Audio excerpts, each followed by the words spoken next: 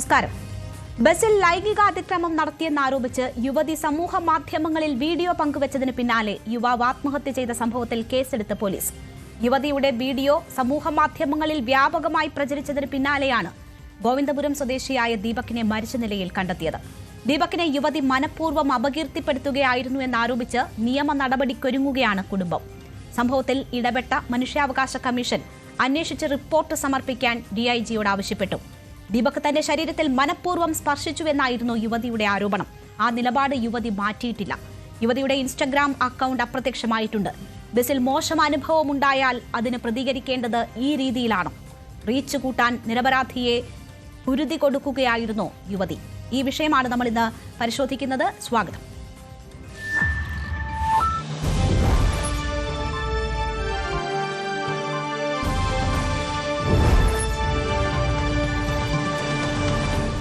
ഈ ചർച്ചയിൽ എനിക്കൊപ്പം Shri Subhash Babu, retired SP, Shri Rahul Easwar, men's commission പ്രതിനിധി, ശ്രീ ജോയ് അറയ്ക്കൽ, ഡോക്ടർ LC ഉമ്മൻ, യശുമിക്കുട്ടി, ദീപകിന്റെ സുഹൃത്ത് എന്നിവരാണ് പങ്കെടുക്കുന്നത്. ഈ ചർച്ചയിൽ ആദ്യം ദീപകിന്റെ സുഹൃത്ത് നമുക്കൊപ്പം ചേരുന്നു. ശ്രീ അനൂപ്, നിങ്ങളെയൊക്കെ സംബന്ധിച്ച് വലിയ മാനസിക പ്രശ്നം, ബുദ്ധിമുട്ട് ഉണ്ടാക്കിയിട്ടുണ്ട് ദീപകിൻ്റെ വിയോഗം. ഈ സംഭവം, ഇങ്ങനെ ഒരു വീഡിയോ പുറത്തു വന്ന വിവരം എങ്ങനെയാണ് നിങ്ങൾ ആദ്യം അറിയുന്നത്? ഇത് ആത്മഹത്യയിലേക്ക് നയിക്കുന്ന ഒരു സാഹചര്യം നിങ്ങൾക്ക് ഒഴിവാക്കാൻ കഴിയാതെ പോയതാണോ?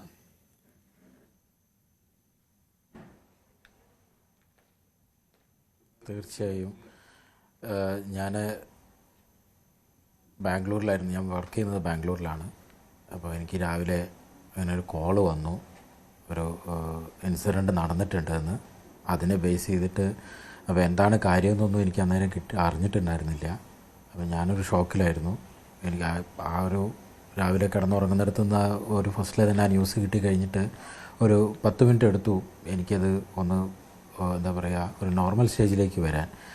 ഞാൻ പിന്നീട് രണ്ടാമതും തിരിച്ച് എൻ്റെ സുഹൃത്തുക്കൾ എവിടെയുള്ളവരെ വിളിച്ചിട്ട് പറഞ്ഞു, ഇങ്ങനെ ഒരു ന്യൂസ് വന്നിട്ടുണ്ട്, വീട്ടിൽ നിന്നാണ് വിളിച്ചത്, അമ്മയുടെ ഫോണിൽ നിന്നാണ് എനിക്ക് കോൾ വന്നത്. ആരാ വിളിച്ചതെന്ന് എനിക്കറിയില്ല. അമ്മയല്ല എന്നുള്ളത് എനിക്കറിയാം, ദീപകിൻ്റെ അമ്മയല്ല എന്നാണ് ഞാൻ ഉദ്ദേശിച്ചത്. അല്ലാന്ന് എനിക്കറിയാം, വേറെ ആരാണ് വിളിച്ചത്, ഒന്ന് പോയി നോക്കൂ എന്ന് പറഞ്ഞു. അപ്പോൾ ഉടനെ തന്നെ എൻ്റെ ഒരു സുഹൃത്തിനെ ഞാൻ അങ്ങോട്ട് അവർ പറഞ്ഞനുസരിച്ച് അവർ വേഗം ചെല്ലുകയും ചെയ്തു. പിന്നെ രണ്ടാമത് എൻ്റെ മറ്റൊരു സുഹൃത്തായ അസ്കറിനെ വിളിച്ചപ്പോഴാണ് അവൻ പറഞ്ഞത്, അനൂപ ഇങ്ങനൊരു സംഭവം ഇന്നലെ ഉണ്ടായിരുന്നു, നീ ഒന്ന് നോക്കിയിട്ടുണ്ടോ, കണ്ടിട്ടുണ്ടോ എന്ന് ചോദിച്ചപ്പോൾ ഞാനത് ചെക്ക് ചെയ്തിട്ടുണ്ടായിരുന്നില്ല. അപ്പോൾ ഞാൻ ആ ലിങ്ക് അവിടുന്നത് കണ്ടു കഴിഞ്ഞിട്ടും എനിക്ക് അതിനകത്ത് എന്താണ് മോശമായിട്ട് നടന്നതെന്നോ ഒന്നും മനസ്സിലായിട്ടൊന്നുമില്ല. അപ്പോൾ ഞാൻ വിചാരിച്ചത് ഒരു നോർമൽ ഒരാൾ ട്രാവൽ ചെയ്യുന്നതിൻ്റെ വീഡിയോ അല്ലേ, ഇതിനകത്ത് എന്താ കുഴപ്പം. പിന്നെയാണ് ഇതിൻ്റെ വേറൊരു പാർട്ടും കൂടി ഉണ്ടെന്നും പറഞ്ഞുകൊണ്ട് ഒരു സെക്കൻഡ് വീഡിയോ, അത് ഞാൻ ഓൾറെഡി ഡ്രൈവ് സ്റ്റാർട്ട് ചെയ്തതിന് ശേഷം ഓൺ ദ വേയിലാണ് എനിക്കത് കിട്ടിയത്.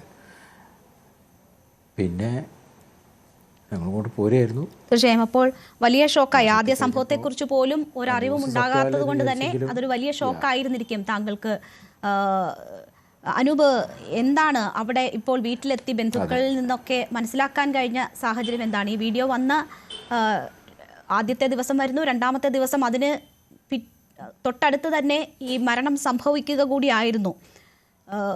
വീട്ടിൽ അച്ഛനും അമ്മയ്ക്കും പോലും ഇതിനെക്കുറിച്ച് അറിവില്ല എന്നതാണ് മനസ്സിലാകുന്നത്. അവരോടൊക്കെ സംസാരിച്ചതിൽ നിന്ന് എന്താണ് മനസ്സിലായത്? ദീപക് ഏതവസ്ഥയിലൂടെയാണ് കടന്നു പോയത് ഈ വീഡിയോ വന്നതിന് ശേഷമുള്ള സമയം?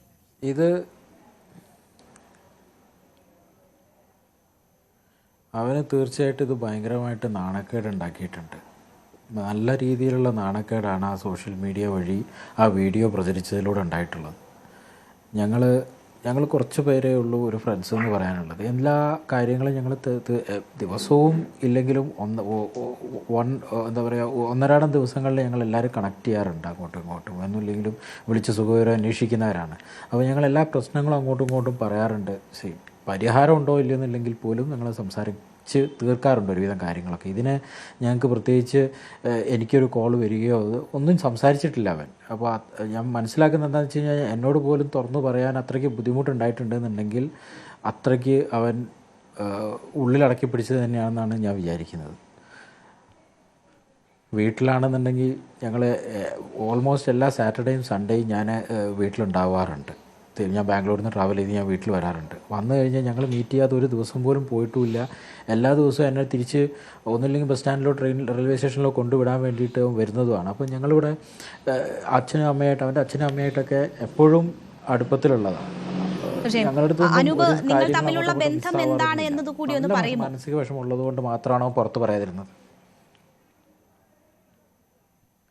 ഞങ്ങൾ കഴിഞ്ഞ 20 വർഷമായിട്ട് പരസ്പരം അറിയുന്നവരാണ്.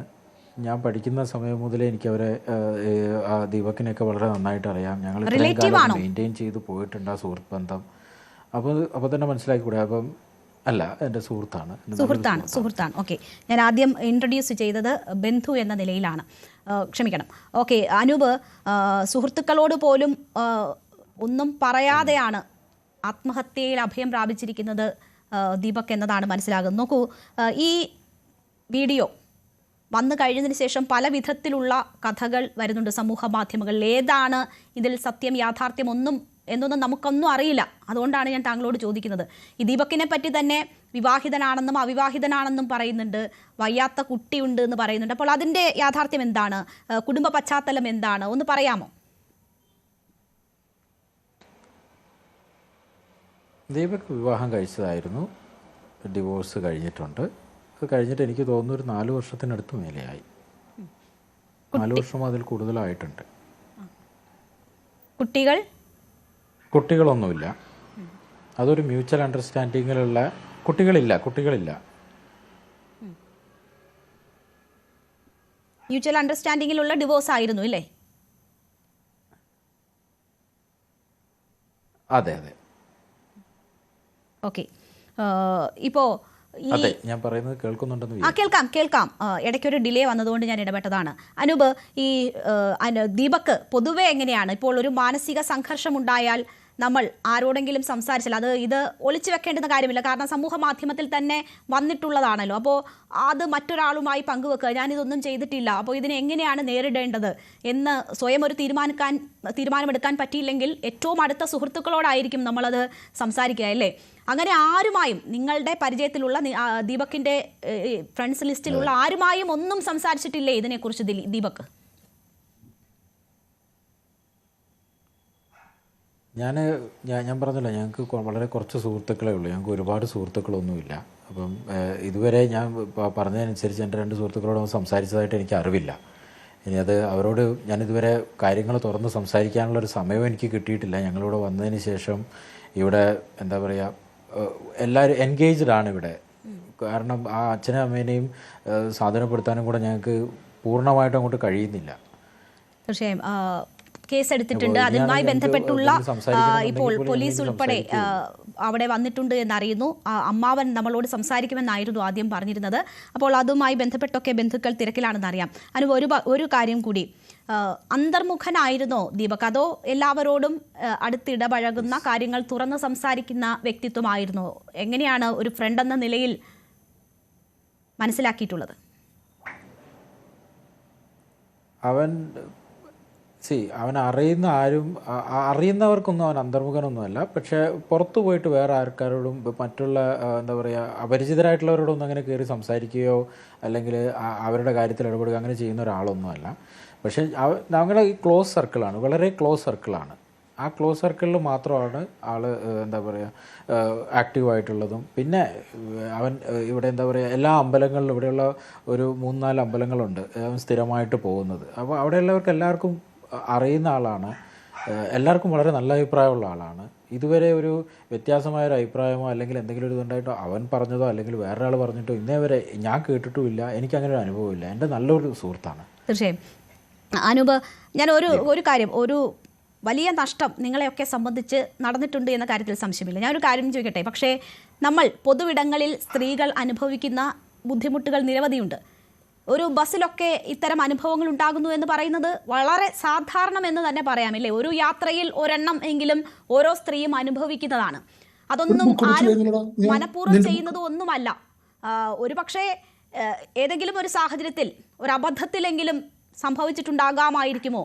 അതിൻ്റെ ഒരു മനോവിഷമത്തിലായിരിക്കുമോ? അതോ ആ പെൺകുട്ടി പൂർണ്ണമായും ഇയാളെ കുടുക്കി, അതും ഒരു റീച്ച് കിട്ടാൻ വേണ്ടി, അവരുടെ സമൂഹ മാധ്യമം കൂടുതൽ ആളുകളിലേക്ക് എത്തിക്കാൻ വേണ്ടി അങ്ങനെ കുടുക്കി എന്നതാണോ താങ്കൾ കരുതുന്നത്?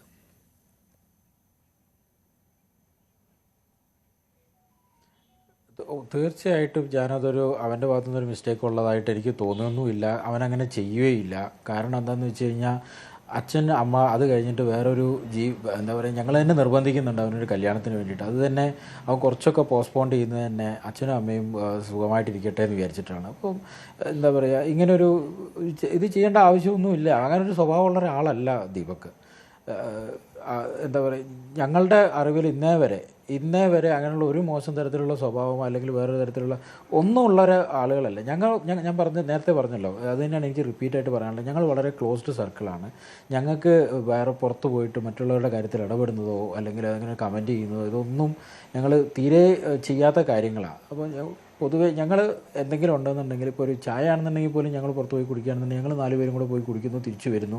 ഇതിനിടയ്ക്ക് വേറെ ഇൻറ്ററപ്ഷൻസോ വേറെ ആളെ പറ്റിയുള്ള ചർച്ചകളോ ഒന്നുമില്ല. ഞങ്ങളെ കൊച്ചു തമാശകളോ ആയിട്ട് ജീവിച്ചു പോകുന്നൊരു ഇതാണ്. ദീപക് സമൂഹ മാധ്യമങ്ങളിലൊക്കെ ആക്റ്റീവായിരുന്നു?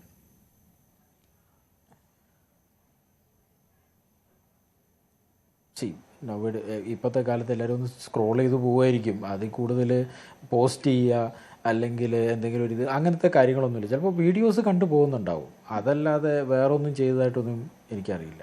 ശരി, ദയവായി പോസ്റ്റുകളൊന്നും അവന് ഇടാറുമില്ല, ഞങ്ങൾ ആരും ഉപയോഗിക്കാറില്ല. ഓക്കെ, ദയവായി തുടരുക ശ്രീ അനൂപ്. ഞാൻ താങ്കളിലേക്ക് തിരിച്ചെത്താം. എച്ചുമുക്കുട്ടി എഴുത്തുകാരി കൂടി നമുക്കൊപ്പം ചേരുകയാണ്. എച്ചുമുക്കുട്ടി, ഈ വിഷയവുമായി ബന്ധപ്പെട്ട് എന്താണ് യഥാർത്ഥത്തിൽ ആ ബസ്സിൽ നടന്നതെന്ന് പുറം ലോകത്ത് ആർക്കും അറിയില്ല. ആ ബസ്സിലുണ്ടായിരുന്ന 1-2 പേരുണ്ടെങ്കിൽ, അവർ നേരിട്ട് കണ്ട ആരെങ്കിലുമൊക്കെ ഉണ്ടെങ്കിൽ അവർക്ക്.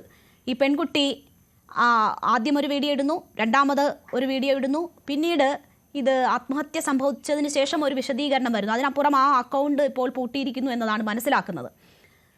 അവരുമായി ബന്ധപ്പെട്ട ആരും തന്നെ ഒരു പ്രതികരണത്തിനും തയ്യാറായിട്ടില്ല. നമ്മൾ ചർച്ചകൾക്ക് വേണ്ടി ശ്രമിച്ചു നോക്കിയതാണ്, ആരെയും കിട്ടുന്നില്ല.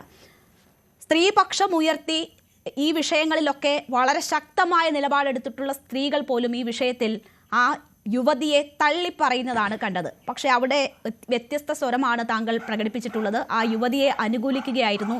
എന്താണ് ആ യുവതിയെ അനുകൂലിക്കാൻ താങ്കൾ കണ്ടെത്തുന്ന ന്യായീകരണങ്ങൾ?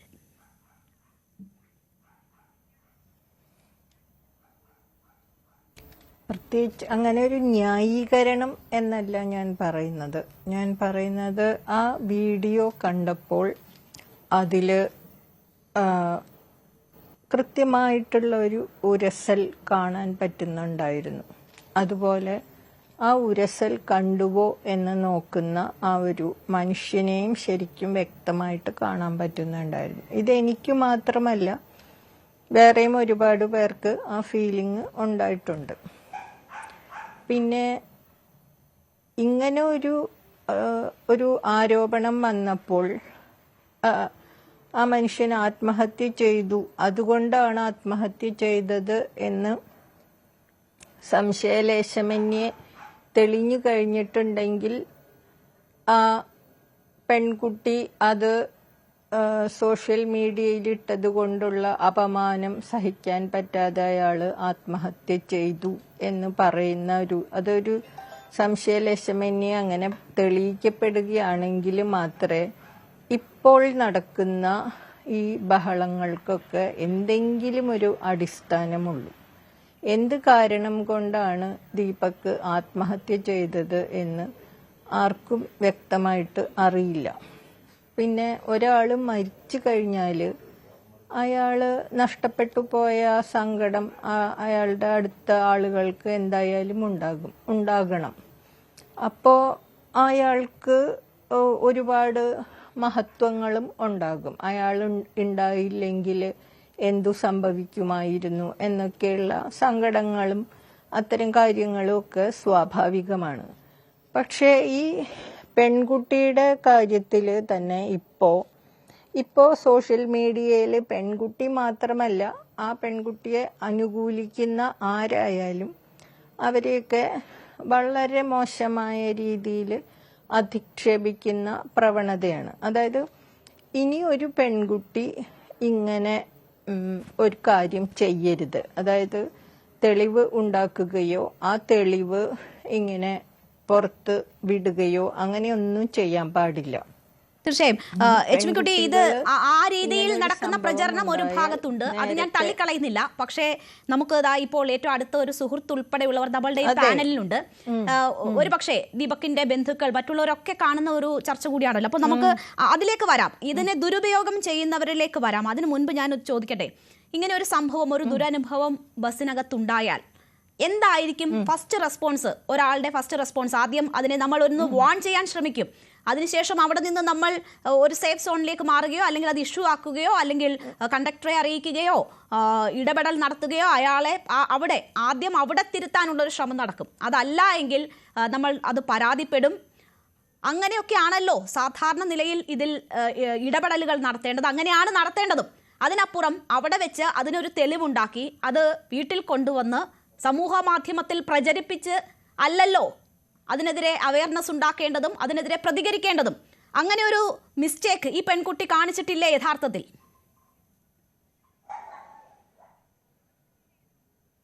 ഈ പെൺകുട്ടി അങ്ങനെ ഒരു കാര്യം കാണിച്ചിട്ടുണ്ട് എന്ന് പറയുമ്പോൾ തന്നെ അത് സമൂഹ മാധ്യമത്തിൽ പുറത്തുവിട്ടത് ശരിയായി എന്നുള്ളൊരു അഭിപ്രായം എനിക്കും ഇല്ല. പക്ഷെ എന്നാലും നമ്മുടെ കേസുകളൊക്കെ പോകുന്ന കാര്യം, ഇത് പരാതി കൊടുത്താൽ തന്നെയും ആദ്യം തെളിവായിരിക്കുമല്ലോ ചോദിക്കുക. അതുകൊണ്ടായിരിക്കും തെളിവ് ഉണ്ടാക്കിയത്. പിന്നെ ആ പരാതി മുമ്പോട്ട് കൊണ്ടുപോകാതെ സമൂഹ മാധ്യമത്തിൽ വെക്കുകയാണ് ചെയ്തത് എന്നുള്ള ഞാൻ ഇടപെടുന്നതിലൊന്നും ക്ഷമിക്കുക. നോക്കൂ, ആ പെൺകുട്ടി ആദ്യ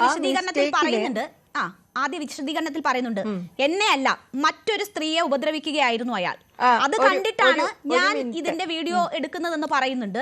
അപ്പോ എനിക്കെതിരെയും ഈ രീതിയിലുള്ള സമീപനം ഉണ്ടായി, അപ്പോൾ ഞാൻ അത് വീഡിയോയിൽ പെടുത്തു. നോക്കൂ, മറ്റൊരു സ്ത്രീക്ക് കൂടി ഈ ഒരു അനുഭവം ഉണ്ടെങ്കിൽ അവിടെ വെച്ച് പ്രതികരിച്ചാൽ ആ സ്ത്രീ അതിന് എതിരെ വരും. അപ്പോൾ തന്നെ അതിലൊരു ഇടപെടൽ മറ്റുള്ളവരുടെ ഭാഗത്തു നിന്നും ഉണ്ടാകും. ഇവരൊറ്റയ്ക്കല്ല. അങ്ങനെ ഒരു സാഹചര്യം ഉണ്ടാകുമ്പോൾ അതായിരുന്നു ഫസ്റ്റ് റെസ്പോൺസായി അവരുടെ ഭാഗത്തു നിന്ന് വരേണ്ടിയിരുന്നത്. ഒരു ആത്മാർത്ഥമായിട്ടുള്ള ഒരു ഇടപെടലാണ് അവർ നടത്തിയതെങ്കിൽ, മറ്റൊരു സ്ത്രീ ഉപദ്രവിക്കപ്പെടുന്നത് കാണുമ്പോഴുള്ള യഥാർത്ഥ ഇടപെടലാണെങ്കിൽ പോലും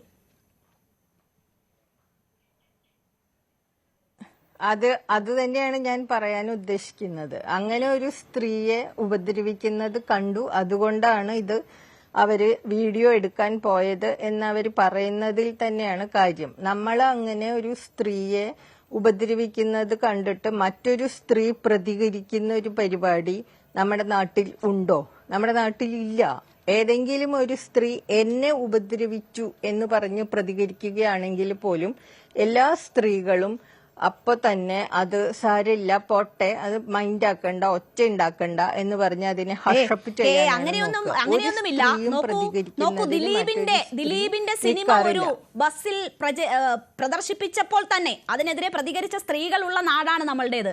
അത് ഒരു പൊതുസമൂഹത്തിൽ ഒരു പൊതു ബസ്സിൽ ആ സിനിമ പറ്റില്ല എന്ന് പറഞ്ഞ സ്ത്രീകളുള്ള നാടാണ്. അതിപ്പോ ഒരു സ്ത്രീ മറ്റൊരു സ്ത്രീക്ക് ഒരു പ്രശ്നം വന്നാൽ ഇടപെടില്ല എന്നൊന്നും ഞാൻ കരുതുന്നില്ല. അങ്ങനെയൊക്കെ ഇടപെട്ടിട്ടുള്ള സംഭവങ്ങൾ ഉണ്ടായിട്ടുണ്ട്. ബസ്സിൽ തന്നെ പ്രതികരിച്ച് ഇടപെടുന്നത് പറഞ്ഞോളൂ. വളരെ കുറവാണ്.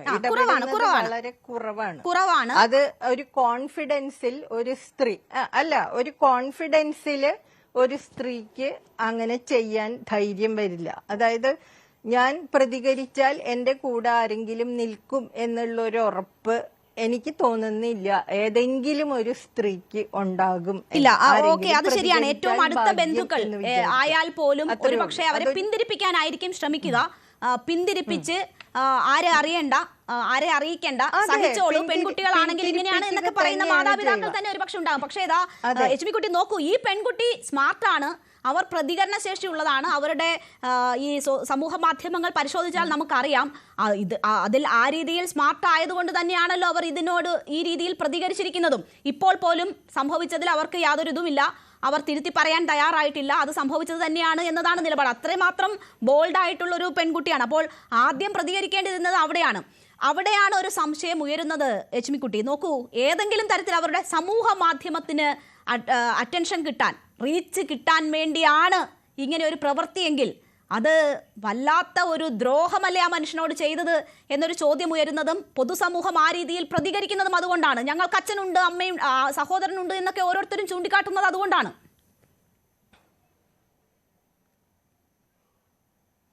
അതുകൊണ്ട് മാത്രമല്ല, അത് ആ കുട്ടി റീച്ച് ഉണ്ടാവാൻ വേണ്ടി ചെയ്തതാണ് എന്നുള്ളതിന് ആ പെൺകുട്ടിയുടെ അക്കൗണ്ട് നോക്കിക്കഴിഞ്ഞാൽ തീരെ റീച്ച് കിട്ടാൻ സാധ്യതയില്ലാത്ത, ആകപ്പാടെ 10-26 റീലുകളോ മറ്റോ ആണ് അതിൽ ചെയ്തിട്ടുള്ളത്.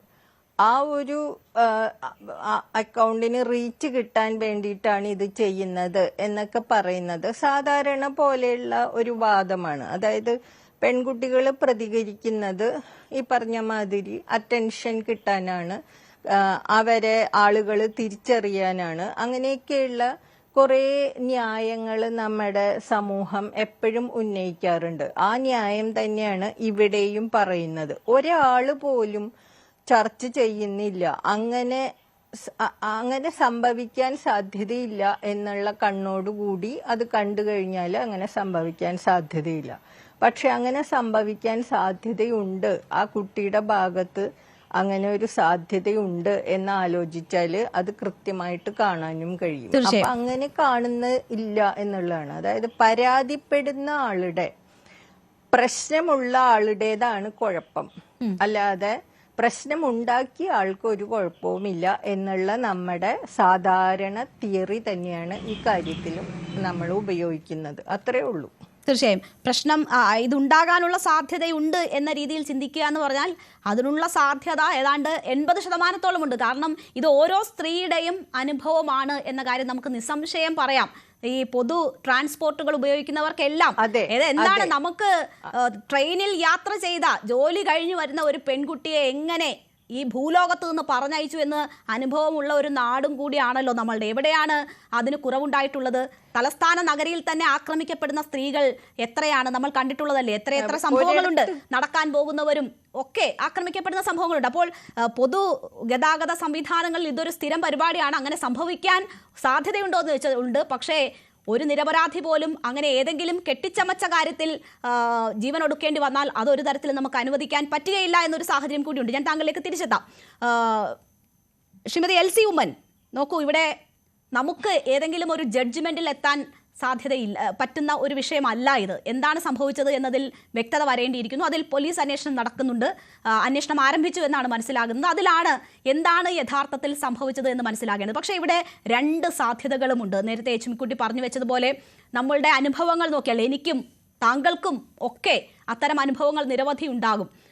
അതേസമയം ആ യുവാവിനെ അറിയുന്ന ഏറ്റവും അടുത്ത സുഹൃത്ത് നമുക്കൊപ്പം ഉണ്ട്, അതുപോലെ അറിയുന്ന ബന്ധുക്കൾ, മറ്റു സുഹൃത്തുക്കളൊക്കെയും പറയുന്നു ഒരു കാരണവശാലും അയാൾ അങ്ങനെ ചെയ്യില്ല എന്ന്. നമുക്ക് മുന്നിൽ മറ്റനുഭവങ്ങളുമുണ്ട്. സ്ത്രീകളെ ഇതുപോലെ തേടിപ്പിടിച്ച് ഉപദ്രവിക്കുന്നവർ, ലൈംഗികമായി അവരെ ചൂഷണം ചെയ്യുന്നവർ ഏതെങ്കിലും ഈ നിസ്സാര സംഭവങ്ങളുടെ പേരിൽ സ്വന്തം ജീവൻ അപായപ്പെടുത്താൻ തയ്യാറാകുമോ? ഇല്ലല്ലോ. ഏതൊക്കെ തരത്തിൽ ക്രിമിനൽ കുറ്റം ചെയ്താലും എന്ത് കുറ്റം ചെയ്താലും കോടതിയിൽ നിന്ന് പുല്ലുപോലെ ഇറങ്ങി വരാം എന്ന ആത്മവിശ്വാസത്തിൽ മാത്രം ഈ കുറ്റകൃത്യം ചെയ്യുന്നവരെ നമ്മൾ കണ്ടുകൊണ്ടിരിക്കുകയാണ്. അത് ഏതൊക്കെ ഉത്തരവാദിത്തപ്പെട്ട സ്ഥലങ്ങളിൽ ഇരിക്കുന്നവർ. അപ്പോൾ അങ്ങനെ ചെയ്ത ഏതെങ്കിലും കുറ്റത്തിന് വേണ്ടി ഒരാൾ ഇതുപോലെ ജീവൻ ബലി കൊടുക്കുമോ? നമുക്കത് പറയാൻ പറ്റത്തില്ല. ചെയ്ത കുറ്റത്തിന് വേണ്ടിയിട്ട് ബലി കൊടുക്കുമോ? നമുക്ക് കാര്യം അറിയാതെ നമ്മൾ ഏത് വശമാണ് ന്യായമുള്ളതെന്ന് അതറിയാതെ പോലീസാണ് അന്വേഷിച്ച് കണ്ടുപിടിക്കേണ്ടത്. അതല്ലാതെ നമ്മൾ അതിനെപ്പറ്റി ഒരു സ്റ്റേറ്റ്മെന്റ് പറയുന്നത് തന്നെ ശരിയല്ല. പക്ഷെ ഒരു കാര്യമുണ്ട്, സാധാരണഗതിയിൽ ഒരു നാണക്കേട് ഒരു വ്യക്തിയുടെ ജീവിതത്തിൽ വന്നാൽ, മാനഹാനി വന്നാൽ, അത് സൂയിസൈഡ് ഉണ്ടാക്കുന്നതിന്റെ റിസ്ക് ഫാക്ടർ വർദ്ധിപ്പിക്കുന്നു, അല്ലെങ്കിൽ അതിന്റെ റേറ്റ് കൂട്ടുന്നു എന്നുള്ളതൊരു വസ്തുതയാണ്. അത് ഏകദേശം ഒരു 12% അല്ലെങ്കിൽ അതിന് മുകളിലോ ആ റിസ്ക് ഫാക്ടർ കൂടും. പ്രത്യേകിച്ചും ഏതെങ്കിലും ഒരു തരത്തിൽ മാനസിക ആരോഗ്യ പ്രശ്നം, അതായത് എല്ലാവർക്കും ഇപ്പോൾ ഒരേപോലെ ഒരു പ്രശ്നം വരുമ്പോൾ ചങ്കൂറ്റത്തോടെ നേരിടാനുള്ള ഒരു മെന്റൽ കപ്പാസിറ്റി ഉണ്ടാകണമെന്നില്ല. അത് തന്നെയല്ല, സോഷ്യൽ സപ്പോർട്ട് സിസ്റ്റം കുറവാണെങ്കിലോ അല്ലെങ്കിൽ മറ്റ് ബാഹ്യ ഘടകങ്ങളൊക്കെ ഉണ്ടെന്നുണ്ടെങ്കിലോ, ഇതിനു മുമ്പേ ഉണ്ടായിരുന്ന അവരുടെ മാനസികാരോഗ്യ നില എങ്ങനെ, ഇതൊക്കെ നമ്മൾ കണക്കിലെടുക്കേണ്ടിയിരിക്കുന്നു. അതൊക്കെ ഈ പറഞ്ഞതുപോലെ അതിനകത്തൊക്കെ പ്രശ്നങ്ങൾ ഉണ്ടെന്നുണ്ടെങ്കിൽ ഇങ്ങനെ ഒരു ഇഷ്യൂ വരുമ്പോൾ, ഒരു മാനഹാനി വരുമ്പോൾ സൂയിസൈഡൽ റിസ്ക് കൂടുതലാണ് തീർച്ചയായിട്ടും. കാരണം അത് ഇപ്പോഴത്തെ ഒരു ലേറ്റസ്റ്റ് ടേം വെച്ച് പറയുവാണെങ്കിൽ വൈറൽ ഷെയ്മിംഗ് എന്ന് പറയും. ഈ വൈറൽ വീഡിയോ ഒക്കെ എന്ന് പറയുന്ന പോലെ തന്നെയാണ് അത്. ആ ഒരു തരത്തിൽ അറിയാമല്ലോ, എവിടെയെങ്കിലും ഒരു വീഡിയോ അപ്ലോഡ് ചെയ്താൽ ഇതാ പറയുന്നതിടെ ലോകമെമ്പാടും അത് ഫ്ലാഷ് ആവും. അപ്പൊ ആ ആളിന് സമൂഹത്തിൽ കിട്ടേണ്ട ആ ഒരു സ്ഥാനം, അല്ലെങ്കിൽ കുടുംബത്തിൽ കിട്ടേണ്ട ഒരു സ്ഥാനം, ജോലി സ്ഥലത്ത് കിട്ടേണ്ട ഒരു സ്ഥാനം, ഇതെല്ലാം കൊടുന്നതിനവെ ഒരു നിമിഷം കൊണ്ട് നഷ്ടമാകുന്ന ഒരു സാഹചര്യം വരും. എല്ലാവരും സംശയദൃഷ്ടിയോടെ ആയിരിക്കും നോക്കുന്നത്. ശരിയോ തെറ്റോ നമുക്ക് അറിഞ്ഞുകൂടാ. പക്ഷെ എന്നിരുന്നാലും ഇങ്ങനെ ഒരു പ്രശ്നമുള്ളപ്പോൾ സ്വാഭാവികമായിട്ടും ആൾക്കാർ സംശയിക്കാൻ സാധ്യതയുണ്ട്. അത് തന്നെയല്ല, ചിലപ്പോൾ ഒരു പക്ഷേ ഇത് നടന്നിട്ടുണ്ടാവുമോ ഇല്ലയോ അറിയില്ല. നടന്നിട്ടുണ്ടെങ്കിൽ അതായത് യഥാർത്ഥത്തിൽ ഇങ്ങനെ ഒരു പ്രശ്നം നടന്നതാണെങ്കിൽ കുറ്റബോധം ഏറെ ആകാനുള്ള സാധ്യതയും ഏറെയാണ്. കാരണം ആ ഒരു പക്ഷേ ഒരു ഫ്രാക്ഷൻ ഓഫ് എ സെക്കൻഡ് കൊണ്ടായിരിക്കും ഇങ്ങനെ ഒരു അബദ്ധം വരുന്നത്. ഈ അബദ്ധം വന്നു കഴിയുമ്പോൾ അതിനെക്കുറിച്ച് വേവലാതിപ്പെട്ട് ഞാൻ ഇങ്ങനെ ചെയ്തത് കൊണ്ടല്ലേ ഇങ്ങനെ ആയത്, അതുകൊണ്ട് ഞാൻ മറ്റുള്ളവരുടെ മുമ്പിൽ നിന്ദിനായി മാറി, അതുകൊണ്ട് ഞാൻ എൻ്റെ വീട്ടുകാർക്ക് പോലും ഒരു ഭാരമായി മാറി, ആ തരത്തിലൊക്കെയും ചിന്തിക്കാനും അവനവനെ തന്നെ വെറുക്കാനും ഒരു അവമതിപ്പ് ഉണ്ടാകാനും ഒക്കെ ഉള്ളൊരു സാധ്യതയുണ്ട്. അപ്പൊ ഇത് ഒരു മൾട്ടി ഫാക്ടോറിയൽ എന്ന് വേണം ഇതിനെ പറയാനായിട്ട്. അപ്പോൾ ഈ തരത്തിലുള്ള ഒരു മാനഹാനി വരുമ്പോൾ സാധാരണഗതിയിൽ നമുക്ക് ഇതിനു മുമ്പേ പലരുടെയും അനുഭവം ഉള്ളതാണല്ലോ, ഈ സോഷ്യൽ മീഡിയയിൽ കൂടെ ഉള്ള ഒരു അപവാദ പ്രചരണം, അത് ഉണ്ടാക്കുന്ന ഒരു നാണക്കേട് എന്ന് പറയുന്നത് നമുക്ക് വർണ്ണിക്കാനായിട്ട് പറ്റത്തില്ല. കാരണം കുടുംബാംഗങ്ങളുടെ എല്ലാവരുടെയും മുമ്പിലാണ് നാണം കെടുന്നത്. അപ്പൊ ഈ ഒരു സാഹചര്യം വരുമ്പോൾ വേറെ ഒരു മാർഗവും ഇല്ല എന്ന് കണ്ടു കഴിയുമ്പോൾ ഒരു പക്ഷേ ഇത്തരം സ്വയം ജീവൻ എടുക്കുന്നതിനെ കുറിച്ച് ഒരു വ്യക്തി ചിന്തിക്കാം. പക്ഷേ എന്നിരുന്നാലും സപ്പോർട്ട് സിസ്റ്റം ഉണ്ടെന്നുണ്ടെങ്കിൽ ആരെങ്കിലും ശരി നമുക്കിത് പിടിച്ചു നിൽക്കാം, നമുക്ക് ഒരുമിച്ച് ഇതിനെ നേരിടാം, അല്ലെങ്കിൽ നമുക്ക് നിയമപരമായിട്ട് തന്നെ മുന്നോട്ട് പോകാം എന്നൊക്കെ പറഞ്ഞ് ആളിനെ ഒന്ന് സമാശ്വസിപ്പിച്ച് ചേർത്ത് പിടിക്കാൻ ആളുണ്ടെന്നുണ്ടെങ്കിൽ തീർച്ചയായിട്ടും അവർ ഈ ഒരു കടുങ്കൈ ചെയ്യുന്നതിൽ നിന്നും മാറാനും സാധ്യതയുണ്ട്. ഈ പറഞ്ഞ ഇൻഫർമേഷൻ എത്രമാത്രം റിലയബിൾ ആണെന്ന് എനിക്ക് അറിഞ്ഞുകൂടാ.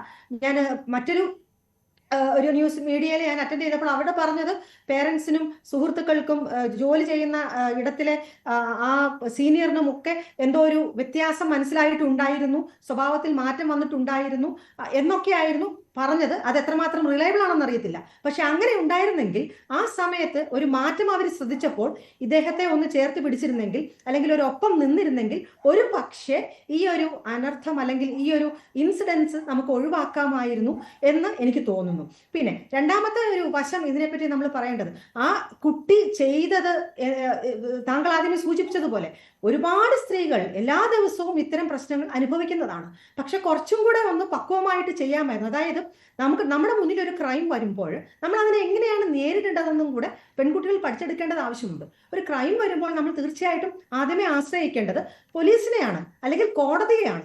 അതല്ലാതെ നമ്മൾ അവരെ തിരിച്ച് പണിഷ് ചെയ്യാനോ അല്ലെങ്കിൽ നമ്മൾ മോറൽ പോലീസിങ് നടത്താനോ ഒന്നും നമ്മൾ ആളല്ല.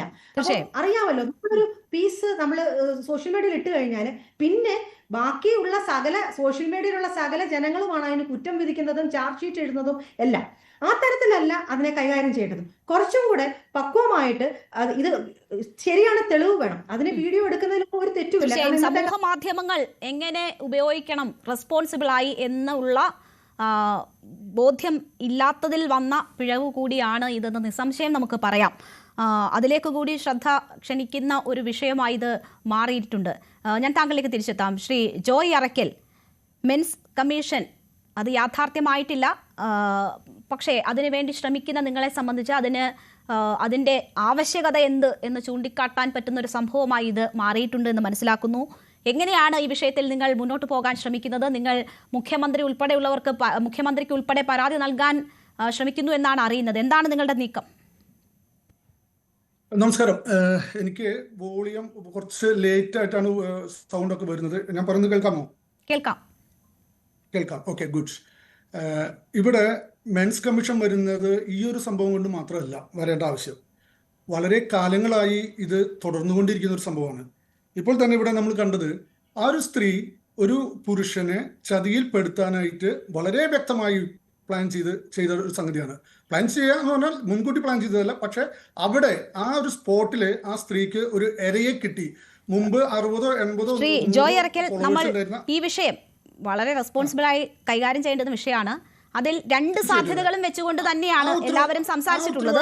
അതുകൊണ്ട് തന്നെ കുറ്റക്കാരി എന്ന് വിധിച്ചുകൊണ്ടുള്ള വിധി പ്രഖ്യാപനം ഒന്നും വേണ്ട, നിങ്ങളുടെ അസോസിയേഷന്റെ നിലപാട് പറഞ്ഞാൽ മതി. വിധിയല്ല ഇത്, വിധിയല്ല. ഇവിടെ ഒന്ന് രണ്ട് കാര്യങ്ങൾ കൂടെ പറഞ്ഞല്ലോ.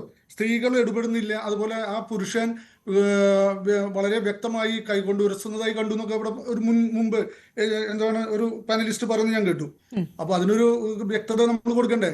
ഇത് മറ്റുള്ളവരും കൂടി കാണുന്നതല്ലേ. അപ്പൊ അവർ പറയുന്ന ആ ഒരു വശം മാത്രം കേട്ടത് കൊണ്ട് കാര്യമില്ലല്ലോ. ഞങ്ങൾക്ക് പറയാനുള്ളത് ഞാനൊരു സൂചന നൽകിയെന്നേ ഉള്ളൂ. അല്ലല്ല, ഞങ്ങൾക്കൊരു ജഡ്ജ്മെന്റും ഇല്ല മാഡം, യാതൊരു ഇതുമില്ല. ഞങ്ങൾ അവിടെ കണ്ട കാര്യങ്ങൾ വളരെ വ്യക്തമായി പറയുന്നു എന്ന് മാത്രമേ ഉള്ളൂ. ഞാൻ പറയാം, ആ ബസ്സില് ആ സ്ത്രീ ആദ്യം നിൽക്കുന്നത് ഈ പുരുഷന്റെ, ഈ മരണപ്പെട്ട ദീപകിന്റെ ബാക്കിലാണ്. ബാക്കിൽ നിന്ന് മറ്റൊരു സ്ത്രീക്ക് അനുഭവപ്പെട്ടു എന്ന് പറയുന്നു. പക്ഷെ അതിന്റെ വീഡിയോ അല്ലേ സത്യത്തിൽ ഇവർ എടുക്കേണ്ടിയിരുന്നത്, അതെടുത്തില്ല. വേറൊരു പെൺകുട്ടിക്ക് ഇദ്ദേഹം മോശമായി പെരുമാറുന്നുണ്ടായിരുന്നു എന്ന് പറയുന്നു. പക്ഷെ അതിന്റെ ഒരു വീഡിയോ ഒന്നും അവൈലബിൾ അല്ല.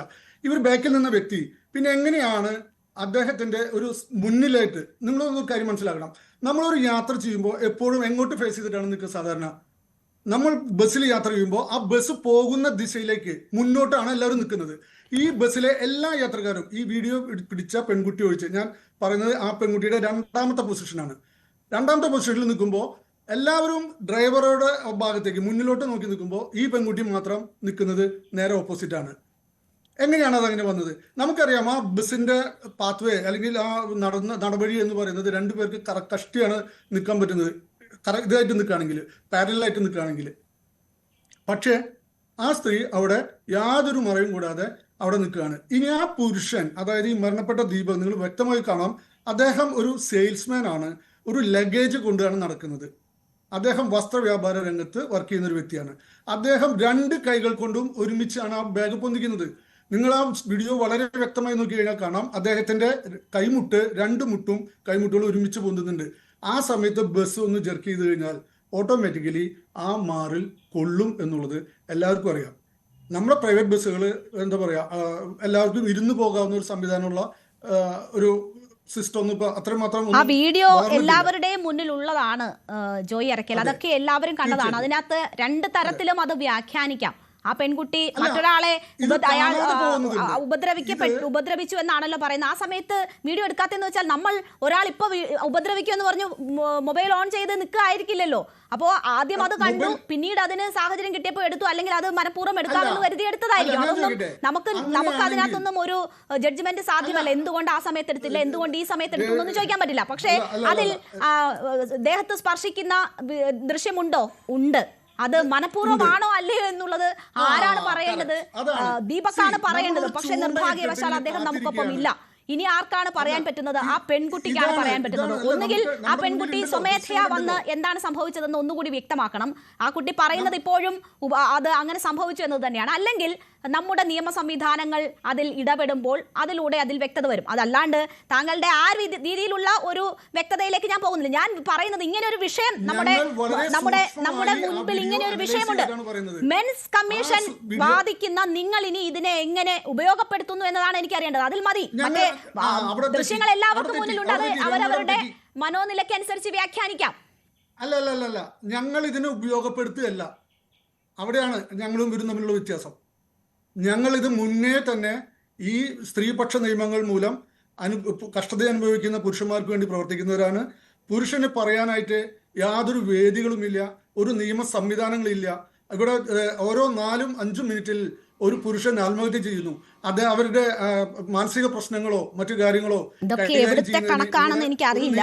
സംവിധാനങ്ങളില്ല എന്നുള്ളതാണ്. മെൻസ് കമ്മീഷൻ എന്ന് പറയുന്നത് നിങ്ങളുടെ ഉദ്ദേശ ലക്ഷ്യങ്ങളെ കുറിച്ചൊക്കെ നമുക്കറിയാം. ഞാൻ പറയുന്നത് നിങ്ങൾ എല്ലാത്തിനെയും നിങ്ങളെന്തോ ജഡ്ജ് ചെയ്ത് പറയുന്ന പോലെ എനിക്ക് തോന്നുന്നു. അതല്ല, ശരിയല്ല. നിങ്ങൾ ഒരു കാര്യം മനസ്സിലാക്കണം. ഞാൻ മെൻസ് റൈറ്റ്സ് ഫൗണ്ടേഷന്റെ മുൻ പ്രസിഡന്റാണ്. ഇവിടെ വേറെ ചില സംഘടനകളൊക്കെ ഉണ്ടായിരിക്കാം. അവര് പലതും നിങ്ങൾക്ക് ഒരുപക്ഷെ വളരെ വില കുറഞ്ഞ രീതിയിൽ നിങ്ങൾക്ക് ഒരുപക്ഷെ തോന്നുന്നുണ്ടായിരിക്കാം. അതിന്റെ ഒന്നും ഭാഗമല്ല ഞങ്ങള് പൂമാലിടാനോ മറ്റോ ഒന്നും ഞാൻ പോകുന്നതായിട്ട് നിങ്ങളൊന്നും കണ്ടു കാണില്ല. ഇവിടെ രീതിയിലും വളരെ വ്യക്തമായി പുരുഷനെ അവന്റെ പുരുഷൻ എന്ന് പറയുമ്പോൾ എല്ലാ പുരുഷന്മാരും ഇവിടെ നല്ലവരാണ് എന്നൊന്നും ഞങ്ങൾ ഒരു വാദഗതിയും വെക്കുന്നില്ല. പക്ഷേ എല്ലാ സ്ത്രീകളും എല്ലാ സ്ത്രീകളും നല്ലവരാണെന്നുള്ള ഒരു വാദവും നല്ലവരാണ് എന്ന വാദഗതി വേണ്ട. ബിലീവ് ഹെയർ എന്നുള്ള ആ ടാഗ് ലൈനോ സ്ലോഗനോ ഒക്കെ മാറ്റിയിട്ട് ബിലീവ് ദ എവിഡൻസ്. അതിജീവിതം മാത്രമല്ല ഇവിടെ അതിജീവിതനും അതല്ലെങ്കിൽ എന്താ പറയുക സത്യത്തിനൊപ്പം അതിജീവിതയ്ക്കൊപ്പം അല്ല സത്യത്തിനൊപ്പം നിൽക്കുക എന്നുള്ള കാര്യങ്ങളൊക്കെയാണ് ഞങ്ങൾ മുന്നോട്ട് വയ്ക്കുന്നത്. അങ്ങനെയാണ് ഒരു പരിഷ്കൃത സമൂഹം ഇവിടെ നിലകൊള്ളേണ്ടതും. അതുപോലെ ജെൻഡർ ഇക്വാലിറ്റി എങ്ങനെ കൊണ്ടുവരാൻ സാധിക്കും, ഏതൊക്കെ മേഖലയിൽ സ്ത്രീകൾക്ക് പല മേഖലകളിലും അവർക്ക് ഒരുപക്ഷെ സംരക്ഷണം ആവശ്യമായ സ്ഥലങ്ങളുണ്ട്. പക്ഷെ ഇന്ന് ഞങ്ങൾക്ക് വരുന്ന കംപ്ലൈന്റുകൾ വ്യക്തികൾ പല കംപ്ലൈന്റുകളും ഞങ്ങളുടെ അടുത്ത് വരുമ്പോൾ ഞങ്ങൾ അതിശയിച്ചു പോവാണ് എന്തുമാത്രം പുരുഷന്മാർ ഇവിടെ ചൂഷണം ചെയ്യപ്പെടുന്നു എന്നുള്ളത്. അത് പോലീസ് സംവിധാനത്തിലൂടെ അല്ലെങ്കിൽ കോടതിയിലൂടെ പല കോടതികളും ഈ പുരുഷന്മാരെ കുറിച്ച് യാതൊന്നും കേൾക്കാൻ തന്നെ തയ്യാറല്ല എന്നുള്ളതാണ്. യാതൊന്നും കേൾക്കാം കോടതിയിൽ തെളിവുകൾ ഹാജരാക്കിയാൽ അതെടുത്തൊരു മൂലയ്ക്കിലേക്ക് ഇട്ട് സ്ത്രീകൾക്ക് വേണ്ടി മാത്രം നിലകൊള്ളുന്ന പല കോടതികളും ഇന്ന് ഇവിടെ ഞങ്ങൾ കണ്ടിട്ടുണ്ട്. കോടതിയിൽ പോയാൽ ഈ സ്ത്രീപക്ഷ നിയമങ്ങൾ പോലും സ്ത്രീകൾക്ക് ഉപയോഗിക്കപ്പെടുന്നില്ല എന്നുള്ളതാണ്. എത്ര കേസുകളിലാണ് ശിക്ഷിക്കപ്പെടുന്ന കേസുകളുടെ എണ്ണം എത്രയാണ് താങ്കൾക്ക് അറിയാമല്ലോ. കേരളത്തിൽ തന്നെ ചർച്ച ചെയ്ത കേസുകളുടെ അവസ്ഥ എന്താണ്? കേരളത്തിന്റെ പൊതുസമൂഹത്തിന് ഇപ്പോഴും ഒരു വിധി ഒട്ടും ബോധ്യപ്പെടാതെ ഉണ്ടല്ലോ. എന്നിട്ടാണ് പറയുന്നത് ഈ നിയമങ്ങളൊക്കെ ഇതാണ് പുരുഷനെ എടുത്ത് എവിടെയോ കളയാണെന്ന്. അതിനൊന്നും ഒരു വസ്തുതയും ഇല്ല എന്നുള്ള കാര്യം നിങ്ങൾക്ക് തന്നെ അറിയാം. നിങ്ങളുടെ മുന്നിൽ തന്നെ ഒരുപാട് അനുഭവങ്ങളുണ്ട്. ഞാൻ സമ്മതിക്കില്ല. ഞാൻ നിങ്ങളോട് പറയാം. നിങ്ങൾ ഈ പറഞ്ഞു തന്നെയാണ് ആ പോയിന്റ്. രേണു മാഡം നിങ്ങൾ പറഞ്ഞു തന്നെയാണ് പോയിന്റ്. ഇവിടെ മുന്നോട്ട് വരുന്ന കേസുകൾ അല്ലെങ്കിൽ കോടതിക്ക് മുന്നിൽ വരുന്ന കേസുകൾ 80% അല്ലെങ്കിൽ 90% വ്യാജമായ പരാതികളാണ് എന്ന് കോടതികൾ പറയുന്നു. ഡൽഹിയിലെ നമ്മുടെ വനിതാ കമ്മീഷൻ തന്നെ അത് പറഞ്ഞത് ഓർക്കുന്നുണ്ടോ? നിങ്ങൾക്ക് വളരെ വളരെ നാഷണൽ മീഡിയയിലൊക്കെ വന്നതാണ്. ഡൽഹി വനിതാ കമ്മീഷൻ തന്നെ വളരെ വ്യക്തമായി പറയേണ്ടി വന്നിരിക്കുന്നു. ഈ നിയമങ്ങൾ സ്ത്രീകൾ മിസ്യൂസ് ചെയ്യപ്പെടുന്നു. സുപ്രീം കോടതി ഇന്ന് നമ്മുടെ രാജ്യത്തെ പരമോന്നത കോടതിയായ സുപ്രീം കോടതി പറഞ്ഞിരിക്കുന്നു, ഞങ്ങൾ നിങ്ങൾക്ക് ഒരു പരിച തന്നു, ഒരു കവചം നിങ്ങളെ പ്രൊട്ടക്ട് ചെയ്യുന്നതിന്, പക്ഷേ ആ പരിചയെ നിങ്ങൾ ആയുധമായി ഉപയോഗിക്കുന്നു എന്ന് പറഞ്ഞത് ഞങ്ങളല്ല. അങ്ങനെയുള്ള ഒറ്റപ്പെട്ട സംഭവങ്ങൾ ഉണ്ടാകാം. ശ്രീ ജോയ് അറക്കൽ, നോക്കൂ, ഇവിടുത്തെ കൺവിക്ഷൻ റേറ്റ് എന്ന് പറയുന്നത് 25 to 30 ആണ് റേപ്പ് കേസുകളിലെ കൺവിക്ഷൻ റേറ്റ്. അപ്പോ അങ്ങനെ ഒരു യാഥാർത്ഥ്യം ഇരിക്കുകയാണ് താങ്കൾ പറയുന്നത് ഈ നിയമങ്ങൾ കൊണ്ട് പുരുഷന്മാർക്ക് യാതൊരു സംരക്ഷണവും, പുരുഷന്മാരുടെ കാര്യം ആകെ മോശപ്പെട്ടു പോയിരിക്കുന്നു എന്ന് നിങ്ങൾ പറയുന്നത് ഈ കൺവിക്ഷൻ റേറ്റ് വെച്ചിട്ടാണ്. ഇത് തെളിയിക്കുക എന്നത് വലിയ ബാധ്യതയാണെന്നേ. ഇത് തെളിയിക്കുക എന്നത് വലിയ ബാധ്യതയാണ്. ഇപ്പൊ പറഞ്ഞു നോക്കൂ, ഇങ്ങനെ ഒരു സംഭവം ഉണ്ടായിട്ട് ഈ പെൺകുട്ടി വീഡിയോ എടുത്തിട്ടതാണല്ലോ എന്ന്. പൊതുനിരത്തിൽ പീഡനത്തിനിരയായ ഒരു പെൺകുട്ടി, അതും അറിയപ്പെടുന്ന ഒരു നടി, ആ നിമിഷം പരാതിപ്പെട്ടതിന്റെ അവസ്ഥ എന്താണ്? വിധി പ്രഖ്യാപനത്തിലെന്ന് നമ്മൾ കണ്ടതാണല്ലോ. ആ പെൺകുട്ടിയെ ഇതുപോലെ വസ്ത്രത്തിന്റെ പേരിലോ പരാതിപ്പെട്ടതിന്റെ രീതിയിലോ ഒന്നും കുറ്റം പറയാനില്ല. പക്ഷെ അതിന്റെ അവസ്ഥ എന്താണ്? അതാണ് റേപ്പ് കേസുകളിൽ പോലും സംഭവിക്കുന്നത്. കൺവിക്ഷൻ റേറ്റ് നോക്കൂ. ഇത് കോടതിയിൽ പോയി തെളിയിപ്പിച്ചെടുക്കേണ്ടത് ഓരോ ഈ രീതിയിൽ പെട്ടുപോകുന്ന സ്ത്രീകളുടെ ബാധ്യതയാണ്. ആ കോടതി മുറികളിൽ അവർ അനുഭവിക്കുന്നത് എന്തൊക്കെയാണ്? ആ കോടതി മുറിയിൽ അവർ അനുഭവിച്ചത് എന്താണെന്ന് ആ അതിജീവിത തന്നെ തുറന്നു പറഞ്ഞിട്ടുണ്ട്. അപ്പോൾ ഇവിടുത്തെ നിയമ സംവിധാനങ്ങളൊക്കെ സ്ത്രീകൾക്ക് അങ്ങ് എന്തോ ആനുകൂല്യം ചെയ്തു കൊടുക്കുന്നു എന്നുള്ള ആരോപണമൊന്നും വേണ്ട. ഈ വിഷയത്തിൽ ദീപക് ഒരു ഇരയാക്കപ്പെട്ട വ്യക്തിയാണെങ്കിൽ അയാൾക്ക് നീതി കിട്ടണം, കുറ്റക്കാർ ശിക്ഷിക്കപ്പെടണം എന്ന് പറയുന്നതിന് ആർക്കും ഒരു മടിയില്ല. അത് അതിന്റെ സംവിധാനത്തിൽ അന്വേഷിക്കട്ടെ, കണ്ടെത്തട്ടെ. ഞാൻ താങ്കളിലേക്ക് വരാം. താങ്കളിലേക്ക് വരാം. ഇത് ശരിയല്ല. നിങ്ങൾ മാത്രം സംസാരിച്ചുകൊണ്ടിരുന്നു. താങ്കളല്ലേ സംസാരിച്ചത് ഇത്ര നേരം? അല്ല, താങ്കൾ സംസാരിച്ചതിലെ എനിക്ക് ചൂണ്ടിക്കാട്ടാനുള്ള കാര്യമാണ് ഞാൻ അങ്ങോട്ട് പറഞ്ഞത്. അത് വളരെ വ്യക്തമായി എനിക്ക് പറയാനുണ്ട്. അതിന് മറുപടി പറഞ്ഞോ, സമയം പോകുന്നു, മറ്റുള്ള അതിഥികളിലേക്ക് പോകണം. ഓക്കെ നിങ്ങൾ പറഞ്ഞ ആ കാര്യം തന്നെ, ആ നടിയുടെ കാര്യം തന്നെ നോക്കൂ. 8-9 വർഷത്തോളം നിങ്ങൾ പരിശോധിച്ചതാണ് ഇതിന്റെ തെളിവുകളെല്ലാം. നിങ്ങൾക്ക് തെളിവുകൾ കൊടുക്കാൻ സാധിച്ചില്ല. അല്ലെങ്കിൽ ഒരു പരാതിക്കാരനെ വ്യാജമായ പരാതി ഉന്നയിച്ച ഒരു വ്യക്തിയെ അവിടെ നിർത്തി നിങ്ങൾക്ക് ആ കേസ് തെളിയിക്കാൻ, നിങ്ങളെന്ന് ഉദ്ദേശിക്കുന്നത് ഞാൻ നിങ്ങളെന്നുള്ള വ്യക്തിയല്ല, മറുഭാഗത്തുള്ള ടീമിനെയാണ് ഉദ്ദേശിച്ചത്. അപ്പോ ഓട്ടോമാറ്റിക്കലി അത് തകർന്നു പോകുന്നുള്ളതാണ്. ഒരു കോടതി മാത്രമൊന്നും അല്ലല്ലോ ഇവിടെ ഉള്ളത്. ഞാൻ താങ്കളിലേക്ക് വരാം. ഒരു കോടതി മാത്രമല്ലല്ലോ, ഇനിയും കോടതികളുണ്ടല്ലോ, അവിടെയും ന്യായാധിപന്മാരുണ്ടല്ലോ. നമുക്ക് നോക്കാം അതിന്റെ അവസ്ഥ എന്താകുമെന്ന് നോക്കാം. എന്തായാലും ആരും പിന്മാറി ഓടിയിട്ടൊന്നുമില്ല. ഞാൻ താങ്കളിലേക്ക് തിരിച്ചു വരാം. ഇപ്പോൾ നമുക്കൊപ്പം അനൂപ് തുടരുന്നുണ്ട്, ദീപകിന്റെ സുഹൃത്ത് തുടരുന്നുണ്ട്. അനൂപ്, ഒരു പക്ഷേ ഇവിടെ നടക്കുന്ന ചർച്ചകൾ നിങ്ങളെ സംബന്ധിച്ച് സുഹൃത്ത് എന്ന നിലയിൽ അസ്വസ്ഥത ഉണ്ടാക്കുന്നതായിരിക്കാം. പക്ഷേ ഇതിനെ എല്ലാം കൂടി മറ്റൊരു തരത്തിൽ കൊണ്ടെത്തിക്കുമ്പോൾ നമുക്ക് അതിൽ ചില കാര്യങ്ങൾ തുറന്നു പറയേണ്ടി വരുന്നതാണ്. നോക്കൂ, ഇവിടെ ഇപ്പോൾ കുടുംബം പരാതി നൽകുന്നുണ്ട്.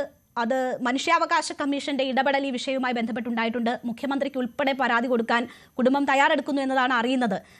അച്ഛനോടും അമ്മയോടും ഒക്കെ സംസാരിച്ചിരുന്നു. എന്തൊക്കെയാണ് നീക്കം? ഇതുവരെയുള്ള പോലീസ് ഇടപെടലിൽ നിങ്ങൾക്ക് തൃപ്തിയാണോ ഉള്ളത്?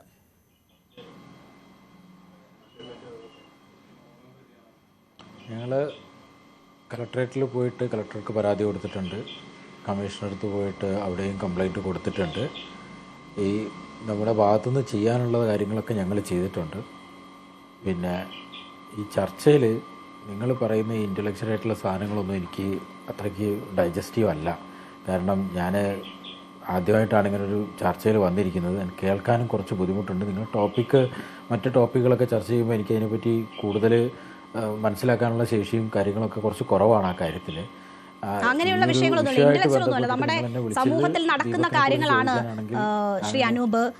ഇനിയിപ്പോ അല്ല, ഞാൻ ശരിയായിരിക്കും ഞാൻ നിങ്ങൾ അതിനുള്ള എനിക്ക് ഒരു നിമിഷം നിങ്ങൾ പറഞ്ഞതൊക്കെ ശരിയാണ്. ഒരുപാട് മറ്റ് എന്താ പറയുക ബഹുമാനപ്പെട്ട ആളുകളും ഉണ്ട്. ഞാൻ പറയുന്നത് എന്താണെന്ന് വെച്ച് കഴിഞ്ഞാൽ എനിക്ക് ഇത്രയേ പറയാനുള്ളൂ. ഞാൻ എൻ്റെ കാര്യങ്ങളൊക്കെ ഞാൻ പറഞ്ഞു കഴിഞ്ഞു. എന്നെ ഇതിനകത്തുനിന്ന് ഒന്ന് മാറ്റി നിർത്തി തരണം. ശരി, ഓക്കെ. ഞാനിപ്പോൾ അതിന് പറ്റിയ ഇതൊന്നും കേൾക്കാൻ പറ്റിയൊരു മാനസികാവസ്ഥയിലല്ല. ശരി, ഓക്കെ. വലിയ ഉപകാരമായിരിക്കും. ഓക്കെ. എന്തായാലും മുഖ്യമന്ത്രിക്ക് ഉൾപ്പെടെ പരാതി നൽകാനുള്ളൊരു നീക്കത്തിലാണ് കുടുംബം എന്നതാണ് പറയുന്നത്. താങ്കൾക്ക് പോവാം. വളരെ നന്ദി ഞങ്ങളോട് സഹകരിച്ചതിൽ. ഓക്കെ, എച്ച്മിക്കുട്ടി നമുക്കൊപ്പം തുടരുന്നുണ്ട്. എച്ച്മിക്കുട്ടി, നോക്കൂ, ഇവിടെ ഇത് ഒരു സംഭവമാണ്. ആ സംഭവത്തിൽ ആരാണ് ശരി എന്നത് അന്വേഷണത്തിലൂടെ കണ്ടെത്തേണ്ട കാര്യമാണ്.